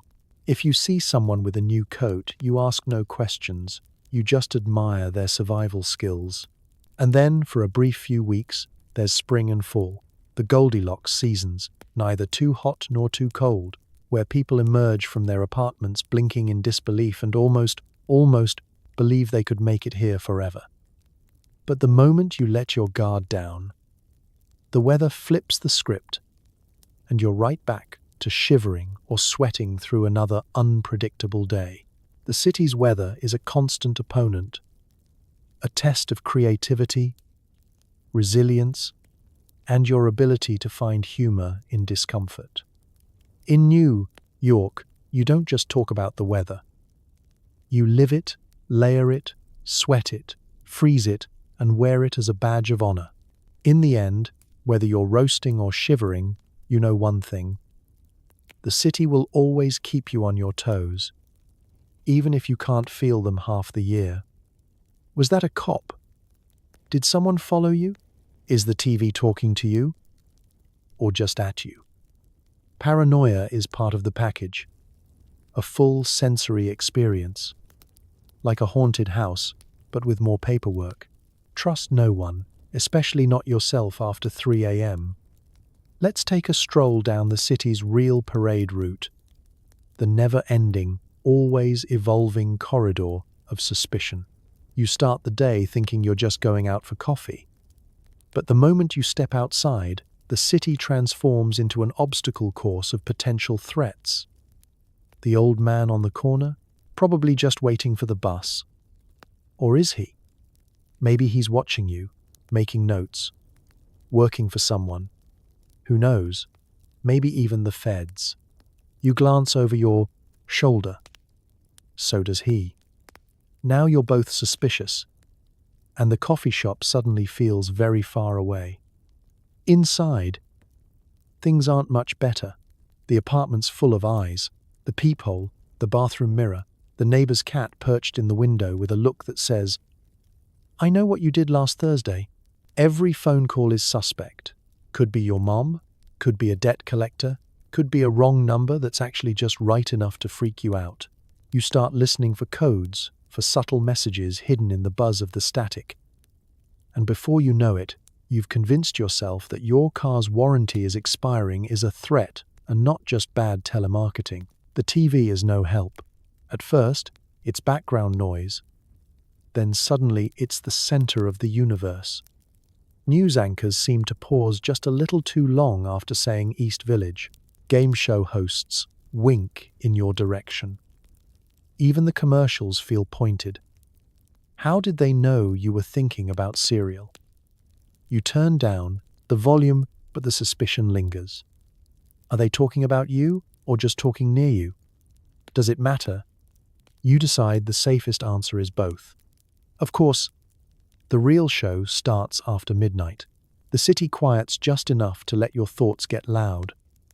Shadows grow longer, sirens sound closer, and every footstep in the hall is the prelude to a home invasion, an arrest, or at the very least, an awkward conversation with a neighbor you've been dodging for weeks. You check the locks, the windows, the oven, even though you haven't cooked anything since Carter was president. Is the stove plotting? It's not just people, either. Inanimate objects join the parade. The radiator hisses just as you're drifting off to sleep, and for a split second you're convinced it's sending out Morse code. The ceiling fan wobbles, spinning messages in the dust. Even the cockroaches seem to move with intention, scuttling across the floor like tiny secret agents on a mission. Paranoia is exhausting, but in a way it's also a form of city survival. You develop superpowers, bat-like hearing, laser-focused sight, the reflexes of a startled squirrel. You spot undercover cops by their shoes and know which doorways have the best line of sight to the corner. You keep your stories straight, your stash hidden, your escape routes mapped. In 1980s New York, caution isn't just wise, it's mandatory. The only person you can almost trust is yourself until about 3 a.m. That's when your brain starts rewriting history, inventing new grudges, and replaying every awkward encounter you've ever had in agonizing detail. You think you hear your name whispered by the wind. You wonder if that passing taxi slowed down just for you. Sleep feels like a dare. But the truth is, everyone's a little paranoid. It's the city's unofficial pastime, right up there with jaywalking and complaining about the subway. You bond with friends over wild theories and compare notes about the guys in suits you swear are watching your block. And if you manage to laugh about it, just a little, sometimes the parade passes you by and you get a few minutes of peace. In the end, the city is watching, but sometimes it's just as lost, confused, and hilariously suspicious as you are. Sleep tight if you dare. Work comes in many forms: panhandling, hustling, selling found goods, or, if you're really desperate, legitimate employment. Every job comes with its own risks, rewards, and colorful cast of characters. Entrepreneurship is just a fancy word for surviving Tuesday. The official economy may have passed you by, But the unofficial one is alive and well, running on caffeine, desperation, and a dash of criminal ingenuity. You wake up and scan the day for opportunity. Is the pawn shop paying cash for toasters again? Did the bodega owner post another help-wanted cash-only sign? Or is today just a day to make a few bucks picking up cans and bottles? New York's most competitive and least glamorous recycling gig. Panhandling is a craft in itself, a performance art that requires the right mix of sincerity, improv, and the ability to read a crowd. Some people master the veteran with a harmonica persona. Others go for stranded out of toner.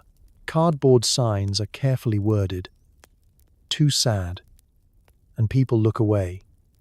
Too funny, and they laugh. But don't cough up a dime. You find your sweet spot, somewhere between tragic and relatable, and hope for good foot traffic near a subway entrance or outside a 24-hour deli. Then there are the hustle jobs. Selling found goods is a full-time hustle. The city throws away everything, radios, lamps, sweaters that just need a little demolding.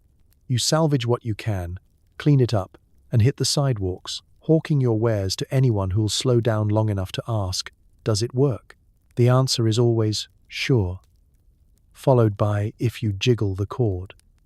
Some days, you feel like a door-to-door salesman with nothing but an empty bag, a winning smile, and a very flexible return policy. More creative schemes are always brewing. Maybe you team up with a friend to run a shell game on the corner, betting tourists who are too jet-lagged to spot the sleight of hand. Maybe you offer your moving services to a neighbor who needs a couch carried up 4 flights of stairs. Never mind that you're hoping to find a forgotten coin under the cushions. You might even impersonate a parking assistant, waving cars into spots that don't technically exist, and hoping for a tip before the meter maid shows up. And then, on the rarest of days, you land what could generously be called a real job. Maybe the corner store needs shelves stocked, or the pizza place needs a delivery guy who won't eat all the toppings. These gigs are brief, cash under the table, and just legal enough that you start thinking about a future filled with steady income and honest work, until you realize your boss hasn't paid anyone in weeks, and all your tips got accidentally swept into the mop bucket. Of course, every side hustle comes with a cast of supporting characters. There's always the silent partner, the guy who never does the talking, but somehow collects half the take. There's the middleman who knows a guy, the lookout who charges a finder's fee, and the competitor who claims they were selling broken alarm clocks on that corner first. The city is full of self-made CEOs, each with a business model based on equal parts hustle, hope, and avoiding the police. The risks are real. You could spend an hour hustling and end up with nothing but a bag of returnable bottles and a lecture from someone who's read too many self-help books. Or you could strike gold, flipping a busted Walkman for enough cash to buy a real lunch, plus maybe a celebratory soda. Mostly, it's feast or famine, and you never know which until the sun goes down. But you keep at it. In 1980s New York, side hustles aren't just a way to make ends meet, they're the art of making something out of nothing, day after unpredictable day. Entrepreneurship might be just a fancy word, but here it means survival. And if you're lucky, it means a couple of bucks left over for tomorrow's hustle, too. For a few glorious hours, you escape to a land of Miami Vice, late-night cable, or that infomercial about miracle mops. The TV's broken, but if you squint, static becomes abstract art. Entertainment is whatever distracts you from the building's fire alarm, which is going off again. The television sits in the corner like a relic of better days. Its faux wood paneling scratched by years of desperate channel surfing. The antenna is a wire hanger, bent into a position that's part science, part hope, and part voodoo. You fiddle with the dial, there's no remote, only the satisfying click as you scroll through 3 fuzzy channels and a dozen frequencies of pure white noise. Most nights, you settle for a picture that's equal parts snowstorm and shadow puppetry. But when the signal comes through, even for a moment, it's magic. Crockett and Tubbs chase bad guys through pastel Miami. Their suits so sharp you can practically feel the fabric itch through the screen. The news anchor, pixelated and monochrome, offers the day's events with the enthusiasm of someone who's already given up. And then there are the commercials, vintage jingles for cola, hairspray, and those toy cars you can never afford. You watch with the intensity of a scholar, memorizing each line, just in case it becomes a trivia question in some future game show dream. Late at night, cable becomes the great escape. Movies that should have gone straight to video play on endless loop. Ninjas battle aliens, detectives unravel conspiracies, and every romantic subplot ends with the same saxophone solo. You're transported from your crack house couch to the glimmering streets of Los Angeles, the haunted castles of Transylvania, or the sun-bleached beaches of somewhere way less grimy than the nearest subway station. And when all else fails, you get the infomercials, those glorious hypnotic paeans to things you never knew you needed. Miracle mops, pasta machines, knives that can cut through a soda can because apparently that's a thing people want. The hosts are impossibly chipper, eyes wide with caffeinated hope, making you believe that if you could just scrape together 3 easy payments, your whole life could be lemon-scented and effortless. You start plotting how to barter a stolen blender for a Ronco food dehydrator, even though you haven't seen a real piece of fruit in months. Sometimes the TV's broken, so you turn to static, letting your imagination fill in the blanks. If you squint, the fuzzy lines become an ocean. If you close your eyes, the hiss is applause. Someone in the apartment always has a new theory. If you turn it to channel 4 and hold a spoon to your forehead, you can hear the Rolling Stones. The building's fire alarm sounds in the background, but you tune it out, perfecting the urban art of selective hearing. When television fails, the city steps in. There are movie theaters on every block, double features for $3, and a mystery stain on every seat. If you can't sneak in, you stand on tiptoe outside and listen for dialogue, piecing together plots from bits of overheard conversation and the soundtrack leaking into the night. Your own life becomes a sort of movie, part drama, part comedy, part low-budget horror flick with no clear resolution. Entertainment is improvisational. You swap VHS tapes with neighbors, even though no one's VCR actually works. You borrow battered paperbacks and tell stories on the stoop, everyone adding a detail or a punchline. Sometimes the best show is just people watching from the window, making up backstories for every passerby. That guy's a secret millionaire. That lady's on her way to meet the mayor. That dog's probably smarter than both of them put together. Escaping reality isn't just a luxury, it's a necessity. For a little while, you're somewhere else, someone else, or maybe just a happier, well-rested version of yourself.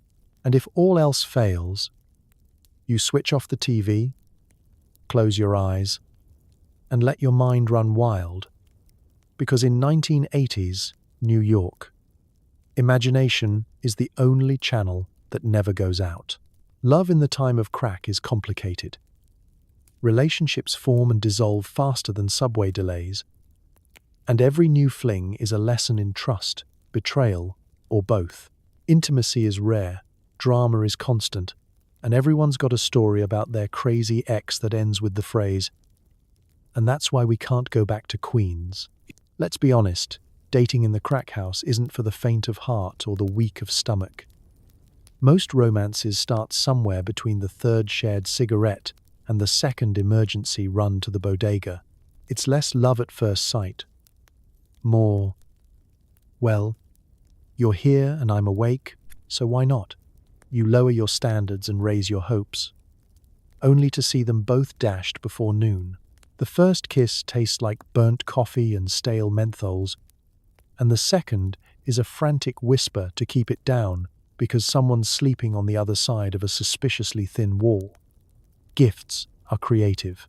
Flowers are picked from sidewalk cracks. Jewelry is borrowed from a pawn shop window. For viewing, not for keeps. And the most romantic gesture is letting someone have the last swig from a communal soda can. Forget dinner dates. Meals are shared slices of pizza, hot dogs split in half, and a solemn promise to someday, maybe, get Chinese takeout if that disability check ever comes through. Every love story is a high-wire act. There's the heady rush of a new connection, late-night conversations on the stoop, hands held in secret, wild promises to escape together, someday, somehow. But then there's the inevitable crash, jealousy, suspicion, and the fact that neither of you really knows where you're sleeping next week. Trust is a luxury you can't afford. There's always an ex lurking in the wings, or an ex-ex, or a soon-to-be ex who swears they're only borrowing your last clean shirt for a job interview that sounds like a scam, but isn't even ambitious enough to be a real scam. Arguments are public and passionate. Everyone in the building knows your business by the end of the week. Who's seeing who? Who threw whose stuff out the window? Who borrowed money and forgot to pay it back? Breakups are noisy, tearful, and often interrupted by someone yelling about borrowed headphones or the landlord pounding on the door. But like New York weather, everything changes fast. This morning's heartbreak is tonight's reconciliation, usually over a shared pack of ramen and a bottle of whatever was cheapest at the liquor store. For a lucky few, there's something resembling stability. A couple who makes it through a winter, a crisis, or a week without fighting over laundry. Their secret, separate sleeping bags, clear boundaries, and a total acceptance of each other's flaws, habits, and hidden stashes of snacks. If you find someone who's willing to split the rent, listen to your dreams, and not call the cops when you lose your cool, you hang on to them like they're a winning lottery ticket. But most of the time, romance is short-lived and full of lessons. You learn to spot red flags from a mile away. Anyone who claims they've changed, anyone who still texts their ex's mom, anyone who offers to hold your stuff for safekeeping. You collect stories like battle scars, sharing them at 3 a.m., when sleep is impossible and everyone's reminiscing about the one who got away. Or, more accurately, the one you helped move out through the fire escape. Still, there's hope, even in the mess.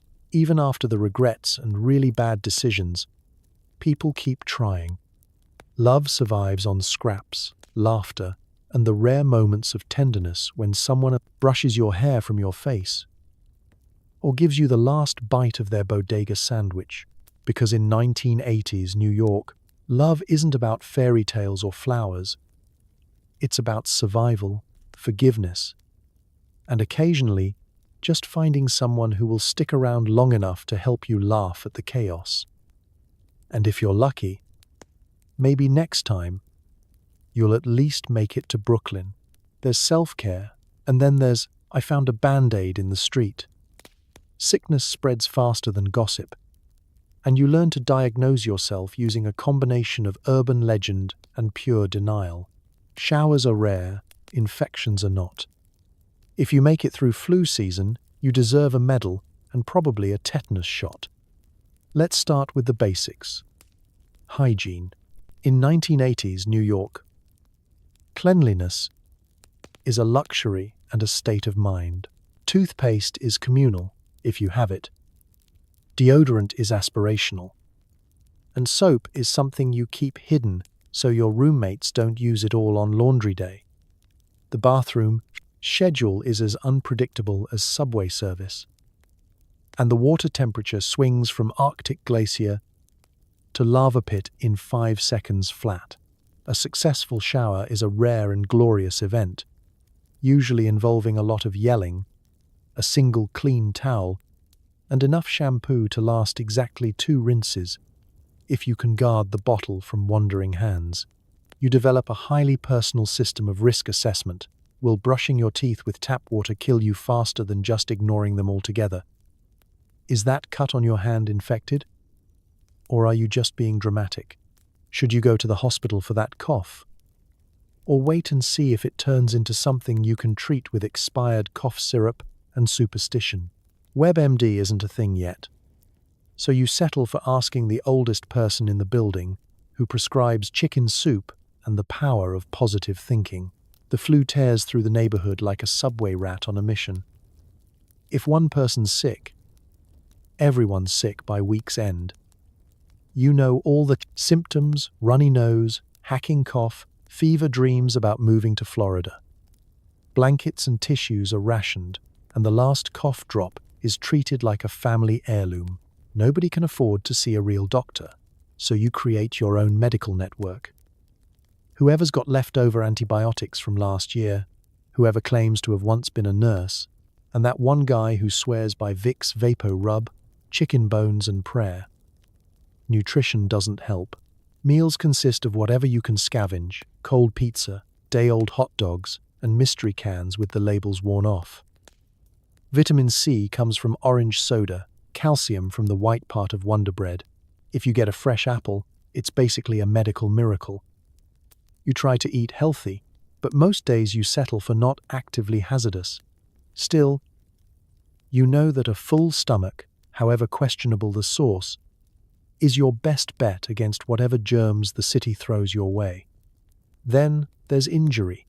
Every day is a new opportunity to trip, cut yourself, or get scratched by something you definitely don't want to examine under a microscope. You become an expert in makeshift first aid, bandaging wounds with napkins, taping up fingers with electrical tape, and hoping the smell of rubbing alcohol alone will scare the infection away.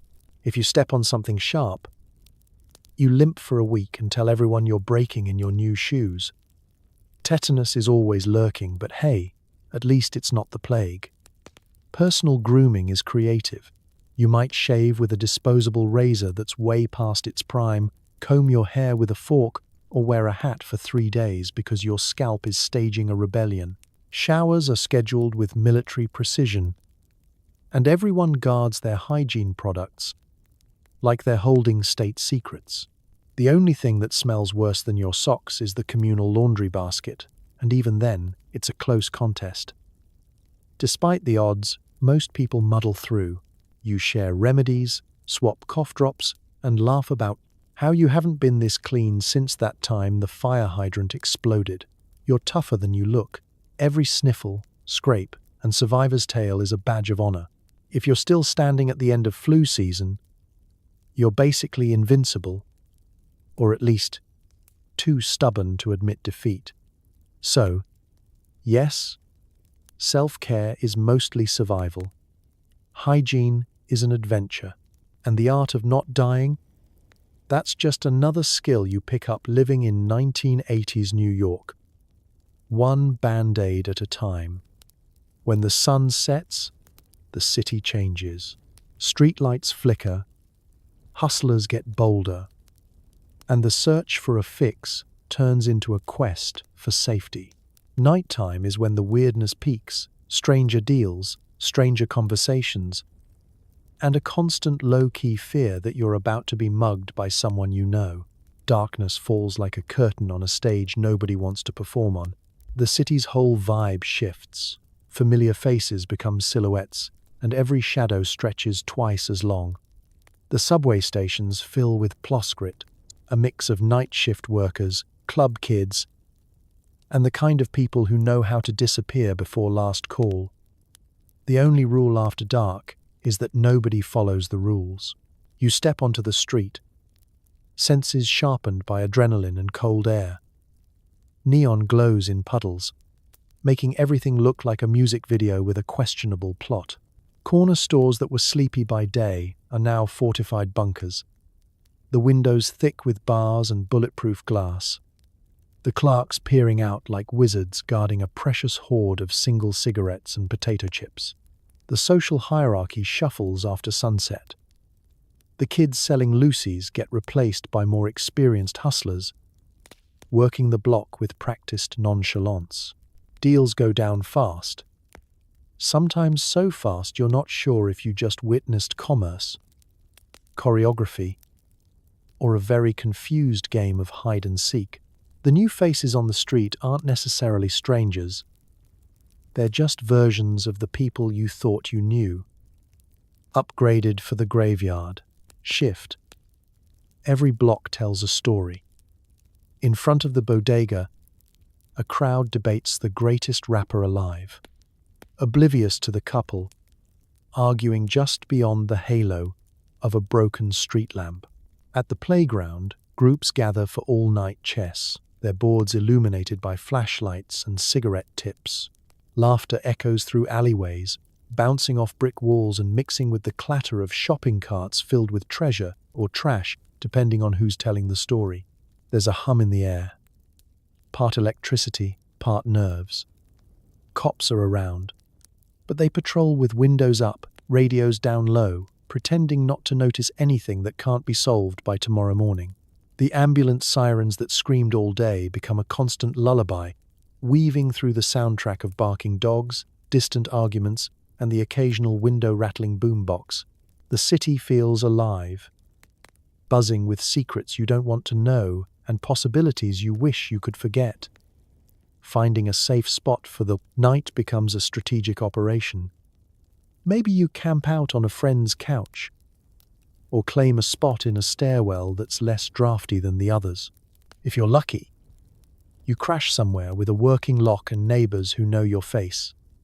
If not, you keep moving, always one step ahead of the kind of trouble that likes to walk home in pairs. Sleep comes, if at all, in small doses, eyes half open, backpack clutched to your chest, sneakers still on. Dreams are patchwork quilts of memories and warnings. You're running for a train, you're talking to a friend who vanished last summer, you're flying above the city, just out of reach of everything that can hurt you. You wake up with the sun, sore in places you didn't know could be sore, relieved to have made it through another night intact. But there's beauty in the madness. The city after dark has its own poetry. Quiet conversations on stoops, warmth shared by passing a flask, laughter echoing in the spaces where daylight never quite reaches. You see kindness in small doses, a stranger sharing a sandwich, a cabbie letting you ride for free, a group passing around a blanket when the temperature drops. Night in 1980s New York is both predator and protector, keeping you sharp and reminding you that survival, like the city, never sleeps. When morning comes, you step back into the light, blinking and grateful, and wonder what wild, impossible stories you'll carry with you from the night shift until it all begins again. Sleep is a luxury, and not just because of the bedbugs. Between nightmares, sirens, and the occasional fire drill, rest is a rare commodity. When you do sleep, your dreams are a bizarre mix of sitcom reruns and existential dread. Most mornings, you wake up more tired than you went to bed. Let's start with the basics. In a crack house, the search for sleep is like looking for a quiet corner in a subway station during rush hour. Technically possible, but only if you have the luck of a lottery winner and the patience of a monk. Your mattress, if you have one, is a hand-me-down sponge with the springiness of a wet newspaper and the aroma of distant tragedy. If you're stuck on the couch, you're jockeying for space with a parade of roommates, 3 mismatched pillows, and the ghost of snacks past.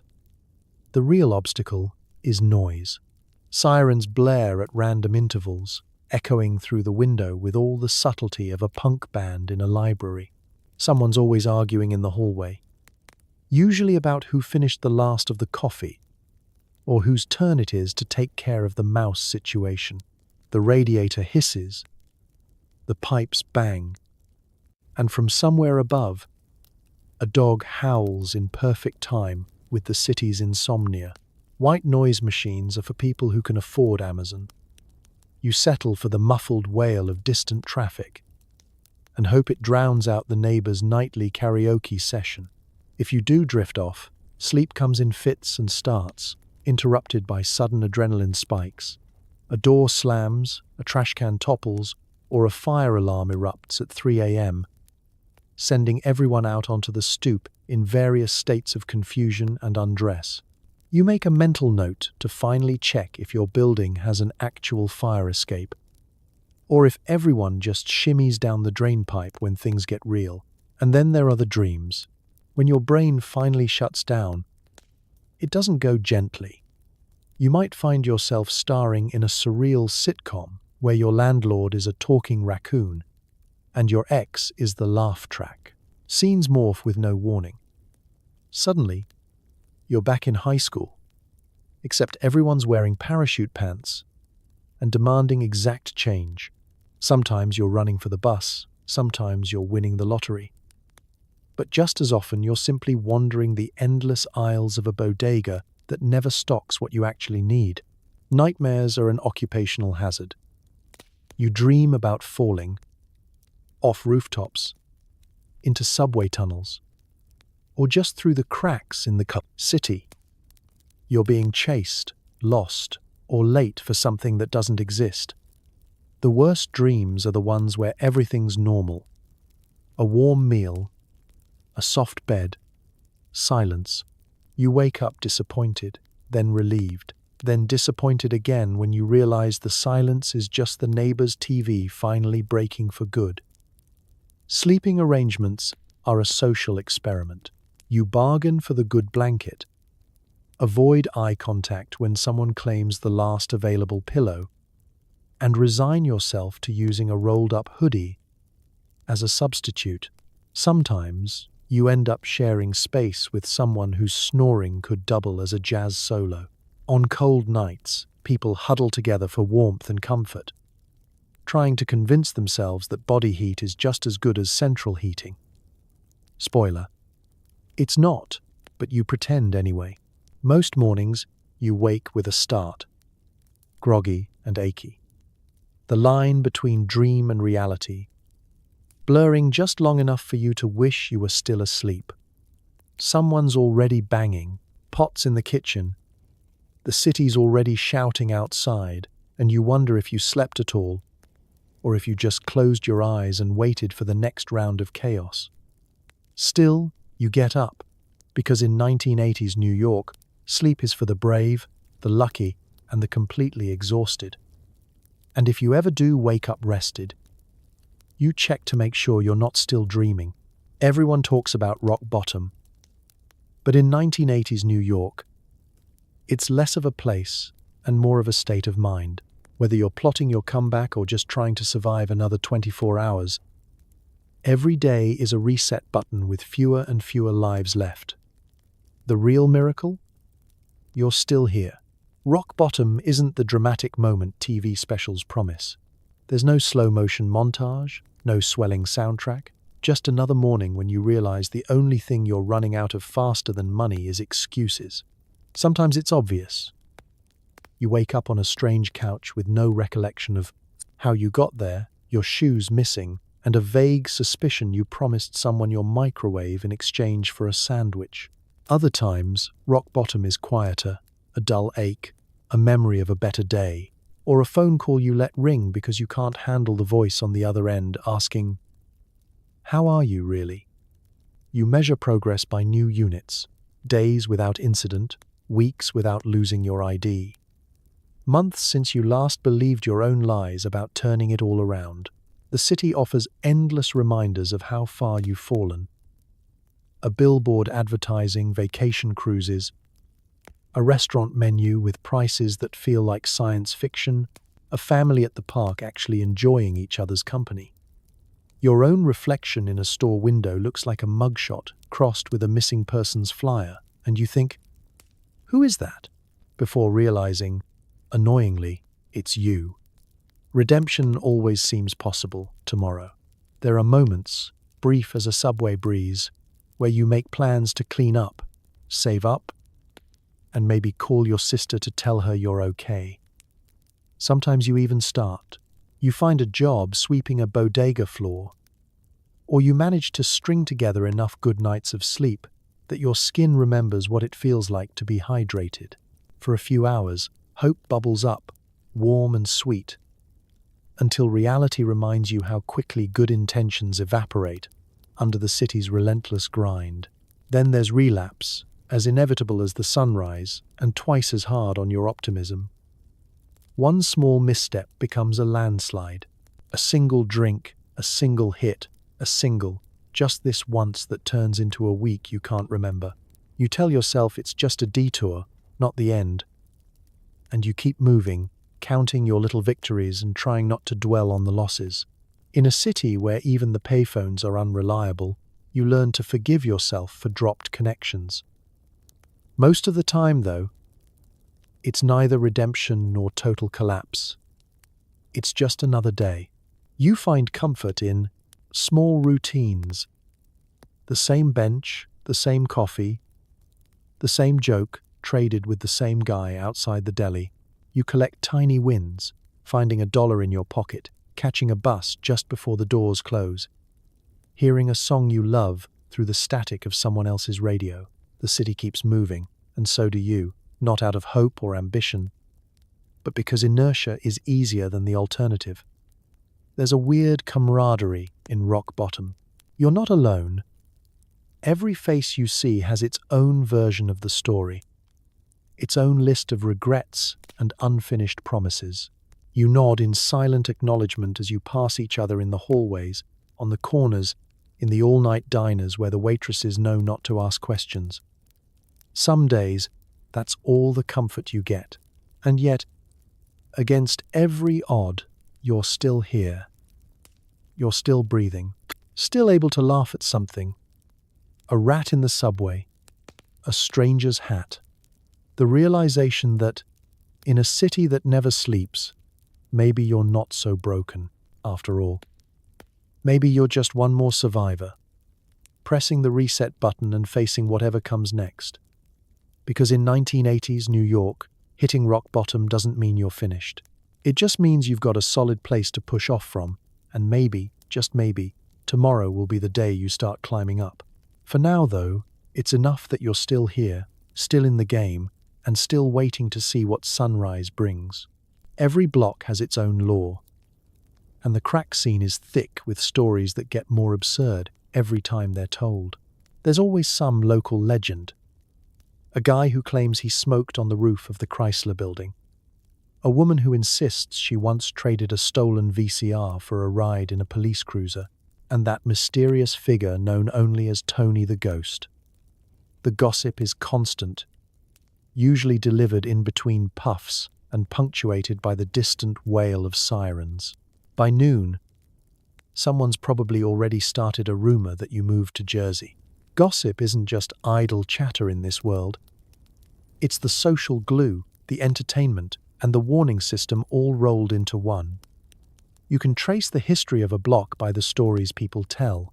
There's the infamous microwave heist of '84, which allegedly involved 2 shopping carts, a confused security guard, and a chase that ended in someone's living room. Ask 3 different people, and you'll get 3 different versions, each one wilder, and none with the same cast. The main characters are larger than life, and sometimes twice as dramatic. There's Lenny the Lookout, who's been predicting police raids for years and still manages to get surprised every time they show up. One-Eyed Sal claims she dated a rock star, once rode the C train all the way to Brooklyn without paying, and may have single-handedly invented the couch-to-couch lifestyle. Then there's Tony the Ghost, a legend among legends, rumored to appear, disappear, and reappear in the city's least expected places, usually whenever there's free food or a rumor in need of a spark. Stories travel fast, and nobody lets the truth slow them down. Maybe you heard about the time someone found a winning lottery ticket in the trash, only to spend the money on a week-long pizza bender and end up owing more than they started with. Or the night a blackout turned the whole block into a block party, everyone sharing looted ice cream before it melted, while the local preacher handed out salvation in the form of off-brand soda and suspiciously generic cookies. The currency of reputation is fragile and ever-changing. Today's hero is tomorrow's cautionary tale. Everyone's got a nickname, a signature move, or at least one wild story that gets retold until it becomes myth. If you want to survive, and maybe even thrive, you learn to listen first, talk second, and never, ever let on how much you really know. The grapevine works overtime, powered by cigarette smoke and equal parts boredom and ambition. Word spreads when someone scores a windfall, a bag of groceries, a working radio, or a hookup with a line on the good stuff. Just as quickly, news of disaster makes the rounds. Who got busted, who owes money, whose ex just got out of jail. People swap stories with the flair of cabaret performers, adding a little, subtracting a lot, and always with an eye for the most dramatic twist. And don't forget the urban legends. Someone's always claiming to have seen a famous rapper on the A train, or to have discovered a hidden tunnel under the old tenement where the city's real secrets are stashed. One night, everyone's convinced a celebrity's shooting a movie on the next block. The next morning, it's just Tony the Ghost in a fake mustache, hustling for change. Sometimes, the stories are cautionary tales. Don't trust the guy who borrows your lighter. Beware of the girl who can out-hustle anyone at chess. And never, ever take the shortcut through the alley behind the abandoned pizza place, unless you want to become tomorrow's headline. In a city where survival depends as much on reputation as resources, gossip is both shield and sword. If you're lucky, you'll become part of the legend, just quirky enough to be remembered, but not notorious enough to become a warning. And when you hear a wild rumor about yourself, just lean in, nod, and add your own flourish. Because in the crack house circus, everyone gets a starring role, at least until Tony the Ghost shows up and steals the spotlight again. Rent's due, but your wallet is emptier than a subway station at 4 a.m. The landlord, who may or may not moonlight as a loan shark, is doing his weekly rounds, and suddenly everyone in the building turns into a master of disguise. Blankets become curtains, bathrooms become safe rooms, and if you're really desperate, you might just hide under a pile of laundry and pray he can't see through the smell. It's not a strategy, it's survival. The clock strikes. Uh-oh, and you feel a sixth sense tingle. The same feeling that warns you when there's a surprise quiz, a police raid, or your ex is about to start an argument in public. The hallway, usually noisy and full of life, goes quiet. Doors close with the softest clicks. The communal kitchen empties in record time. It's a ballet of barely suppressed panic. Everyone knows the landlord is coming, and nobody wants to be the first to answer the knock. Your landlord, let's call him Mr. Nichols, is a legend in his own right. Part detective, part debt collector, part disappointed father figure, he knows every trick in the book, and a few that haven't been published yet. He has a nose for overdue rent, and a sixth sense for fake out-to-lunch signs taped to the door. He makes his rounds with the persistence of a tax auditor and the charm of someone who's spent a little too much time watching Goodfellas.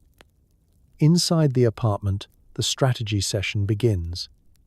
You and your roommates engage in a flurry of whispered debates. Who will play decoy tenant this time? Who will pretend to be sick, asleep, or just a random visitor who definitely doesn't live here? Someone grabs the dog, no pets allowed, and hides him in a laundry basket. Someone else volunteers to distract Mr. Nichols in the hallway with a long-winded story about a leaky faucet, the weather, or how the Mets are blowing another season. You survey your own hiding options. Under the bed? Too obvious. Behind the door? Risky, but doable. Inside the closet with the pile of unwashed clothes. You'll suffocate before you get found, but at least you'll die with your rent unpaid. The bathroom is a popular sanctuary, but space is limited, and everyone's trying to claim it. Soon, it's standing room only, everyone holding their breath, listening for the footsteps of doom echoing down the hall. When Mr. Nichols finally knocks, it's like the opening scene of a suspense film. He's polite enough to say hello, but his eyes are already scanning the room for signs of recent habitation: fresh coffee mugs, half-eaten toast, a suspiciously warm spot on the couch. You try not to make eye contact. You don't breathe. You become the chair, the curtain, the wallpaper. Negotiation is the next phase. If you're brave, or broke beyond caring, you answer the door and try to talk him down. You promise the rent is coming, just waiting on a check, should be here by Friday. Money's tied up in a business venture, all delivered with Oscar-worthy conviction. Miss Nichols listens with the weary patience of a man who's heard every excuse since rent became a concept. Sometimes he leaves a notice. Sometimes he leaves a threat. And sometimes he just leaves. Because even landlords know when they're outnumbered. After the danger passes, the apartment breathes a collective sigh of relief. People emerge from their hiding spots, sharing war stories and snacks scavenged from the kitchen. Someone claims they actually paid this month. Nobody believes them. Someone else swears they saw Mr. Nichols smile, which means either you're safe or he's just plotting the next rent hike. Rent day in the crack house is a team sport. There's no dignity, only camaraderie, cleverness, and the unspoken hope that next month you'll finally have the cash in hand, or at least a better hiding spot. Until then, you're just another player in the city's oldest game. Hide, duck, and hope. When you live on the edge, music isn't just a luxury, it's the life raft. Boomboxes blast everything from Grandmaster Flash to Madonna. And every stoop has at least one guy who thinks he's the next big thing. Mixtapes circulate like secret currency, carrying messages of hope, heartbreak, and very questionable recording quality. If you listen closely, you'll notice that sometimes, even in the chaos, the city almost finds a rhythm. Let's turn up the volume. Every block in 1980s New York has its own soundtrack, mixed live by the people who call it home.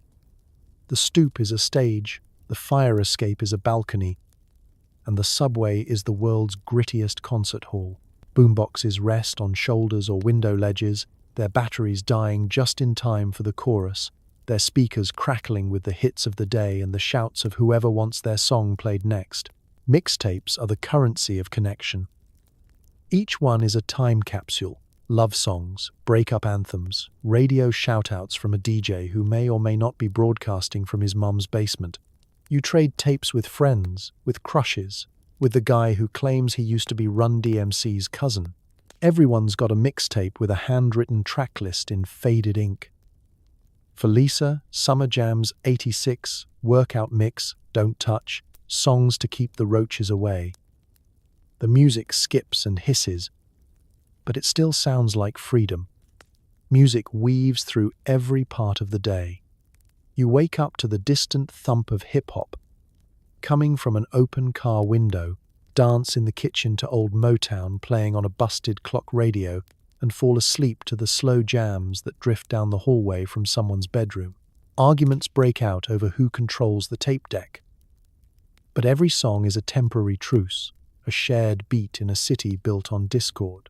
Street performers pop up everywhere, breakdancers spinning on cardboard, doo-wop quartets harmonizing on the corner, saxophone players turning subway platforms into jazz clubs for the price of a few coins.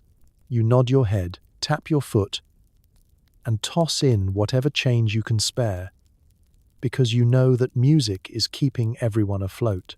The city's rhythm seeps into your bones. Even if you can't carry a tune, you learn to keep the beat. Some songs are hopeful, some are angry, some are just plain weird. The city doesn't judge. It just absorbs every sound and sends it bouncing down the alleyways. You might hear Madonna's Like a Virgin on repeat until you know every word, followed by a sudden blast of Public Enemy that rattles the windows and makes old ladies curse under their breath. Every genre has a home, every voice a place to belong. Even the kid with a tinny harmonica who insists on playing Yankee Doodle at every opportunity. For the homesick, music is memory. One track sends you back to a high school dance, another to the back seat of your uncle's car, cruising past neon signs that look just as blurry now as they did then. Mixtapes become emotional armor. Play the right song, and you're invincible for 3 whole minutes. Play the wrong one, and you're sitting in the dark, feeling everything you've ever lost. When the power goes out, and it will, people improvise. Somebody drags out a set of plastic buckets, someone else starts clapping a beat, and soon enough you've got a drum circle, a choir, and a crowd of people singing off-key just to remind the city they're still here.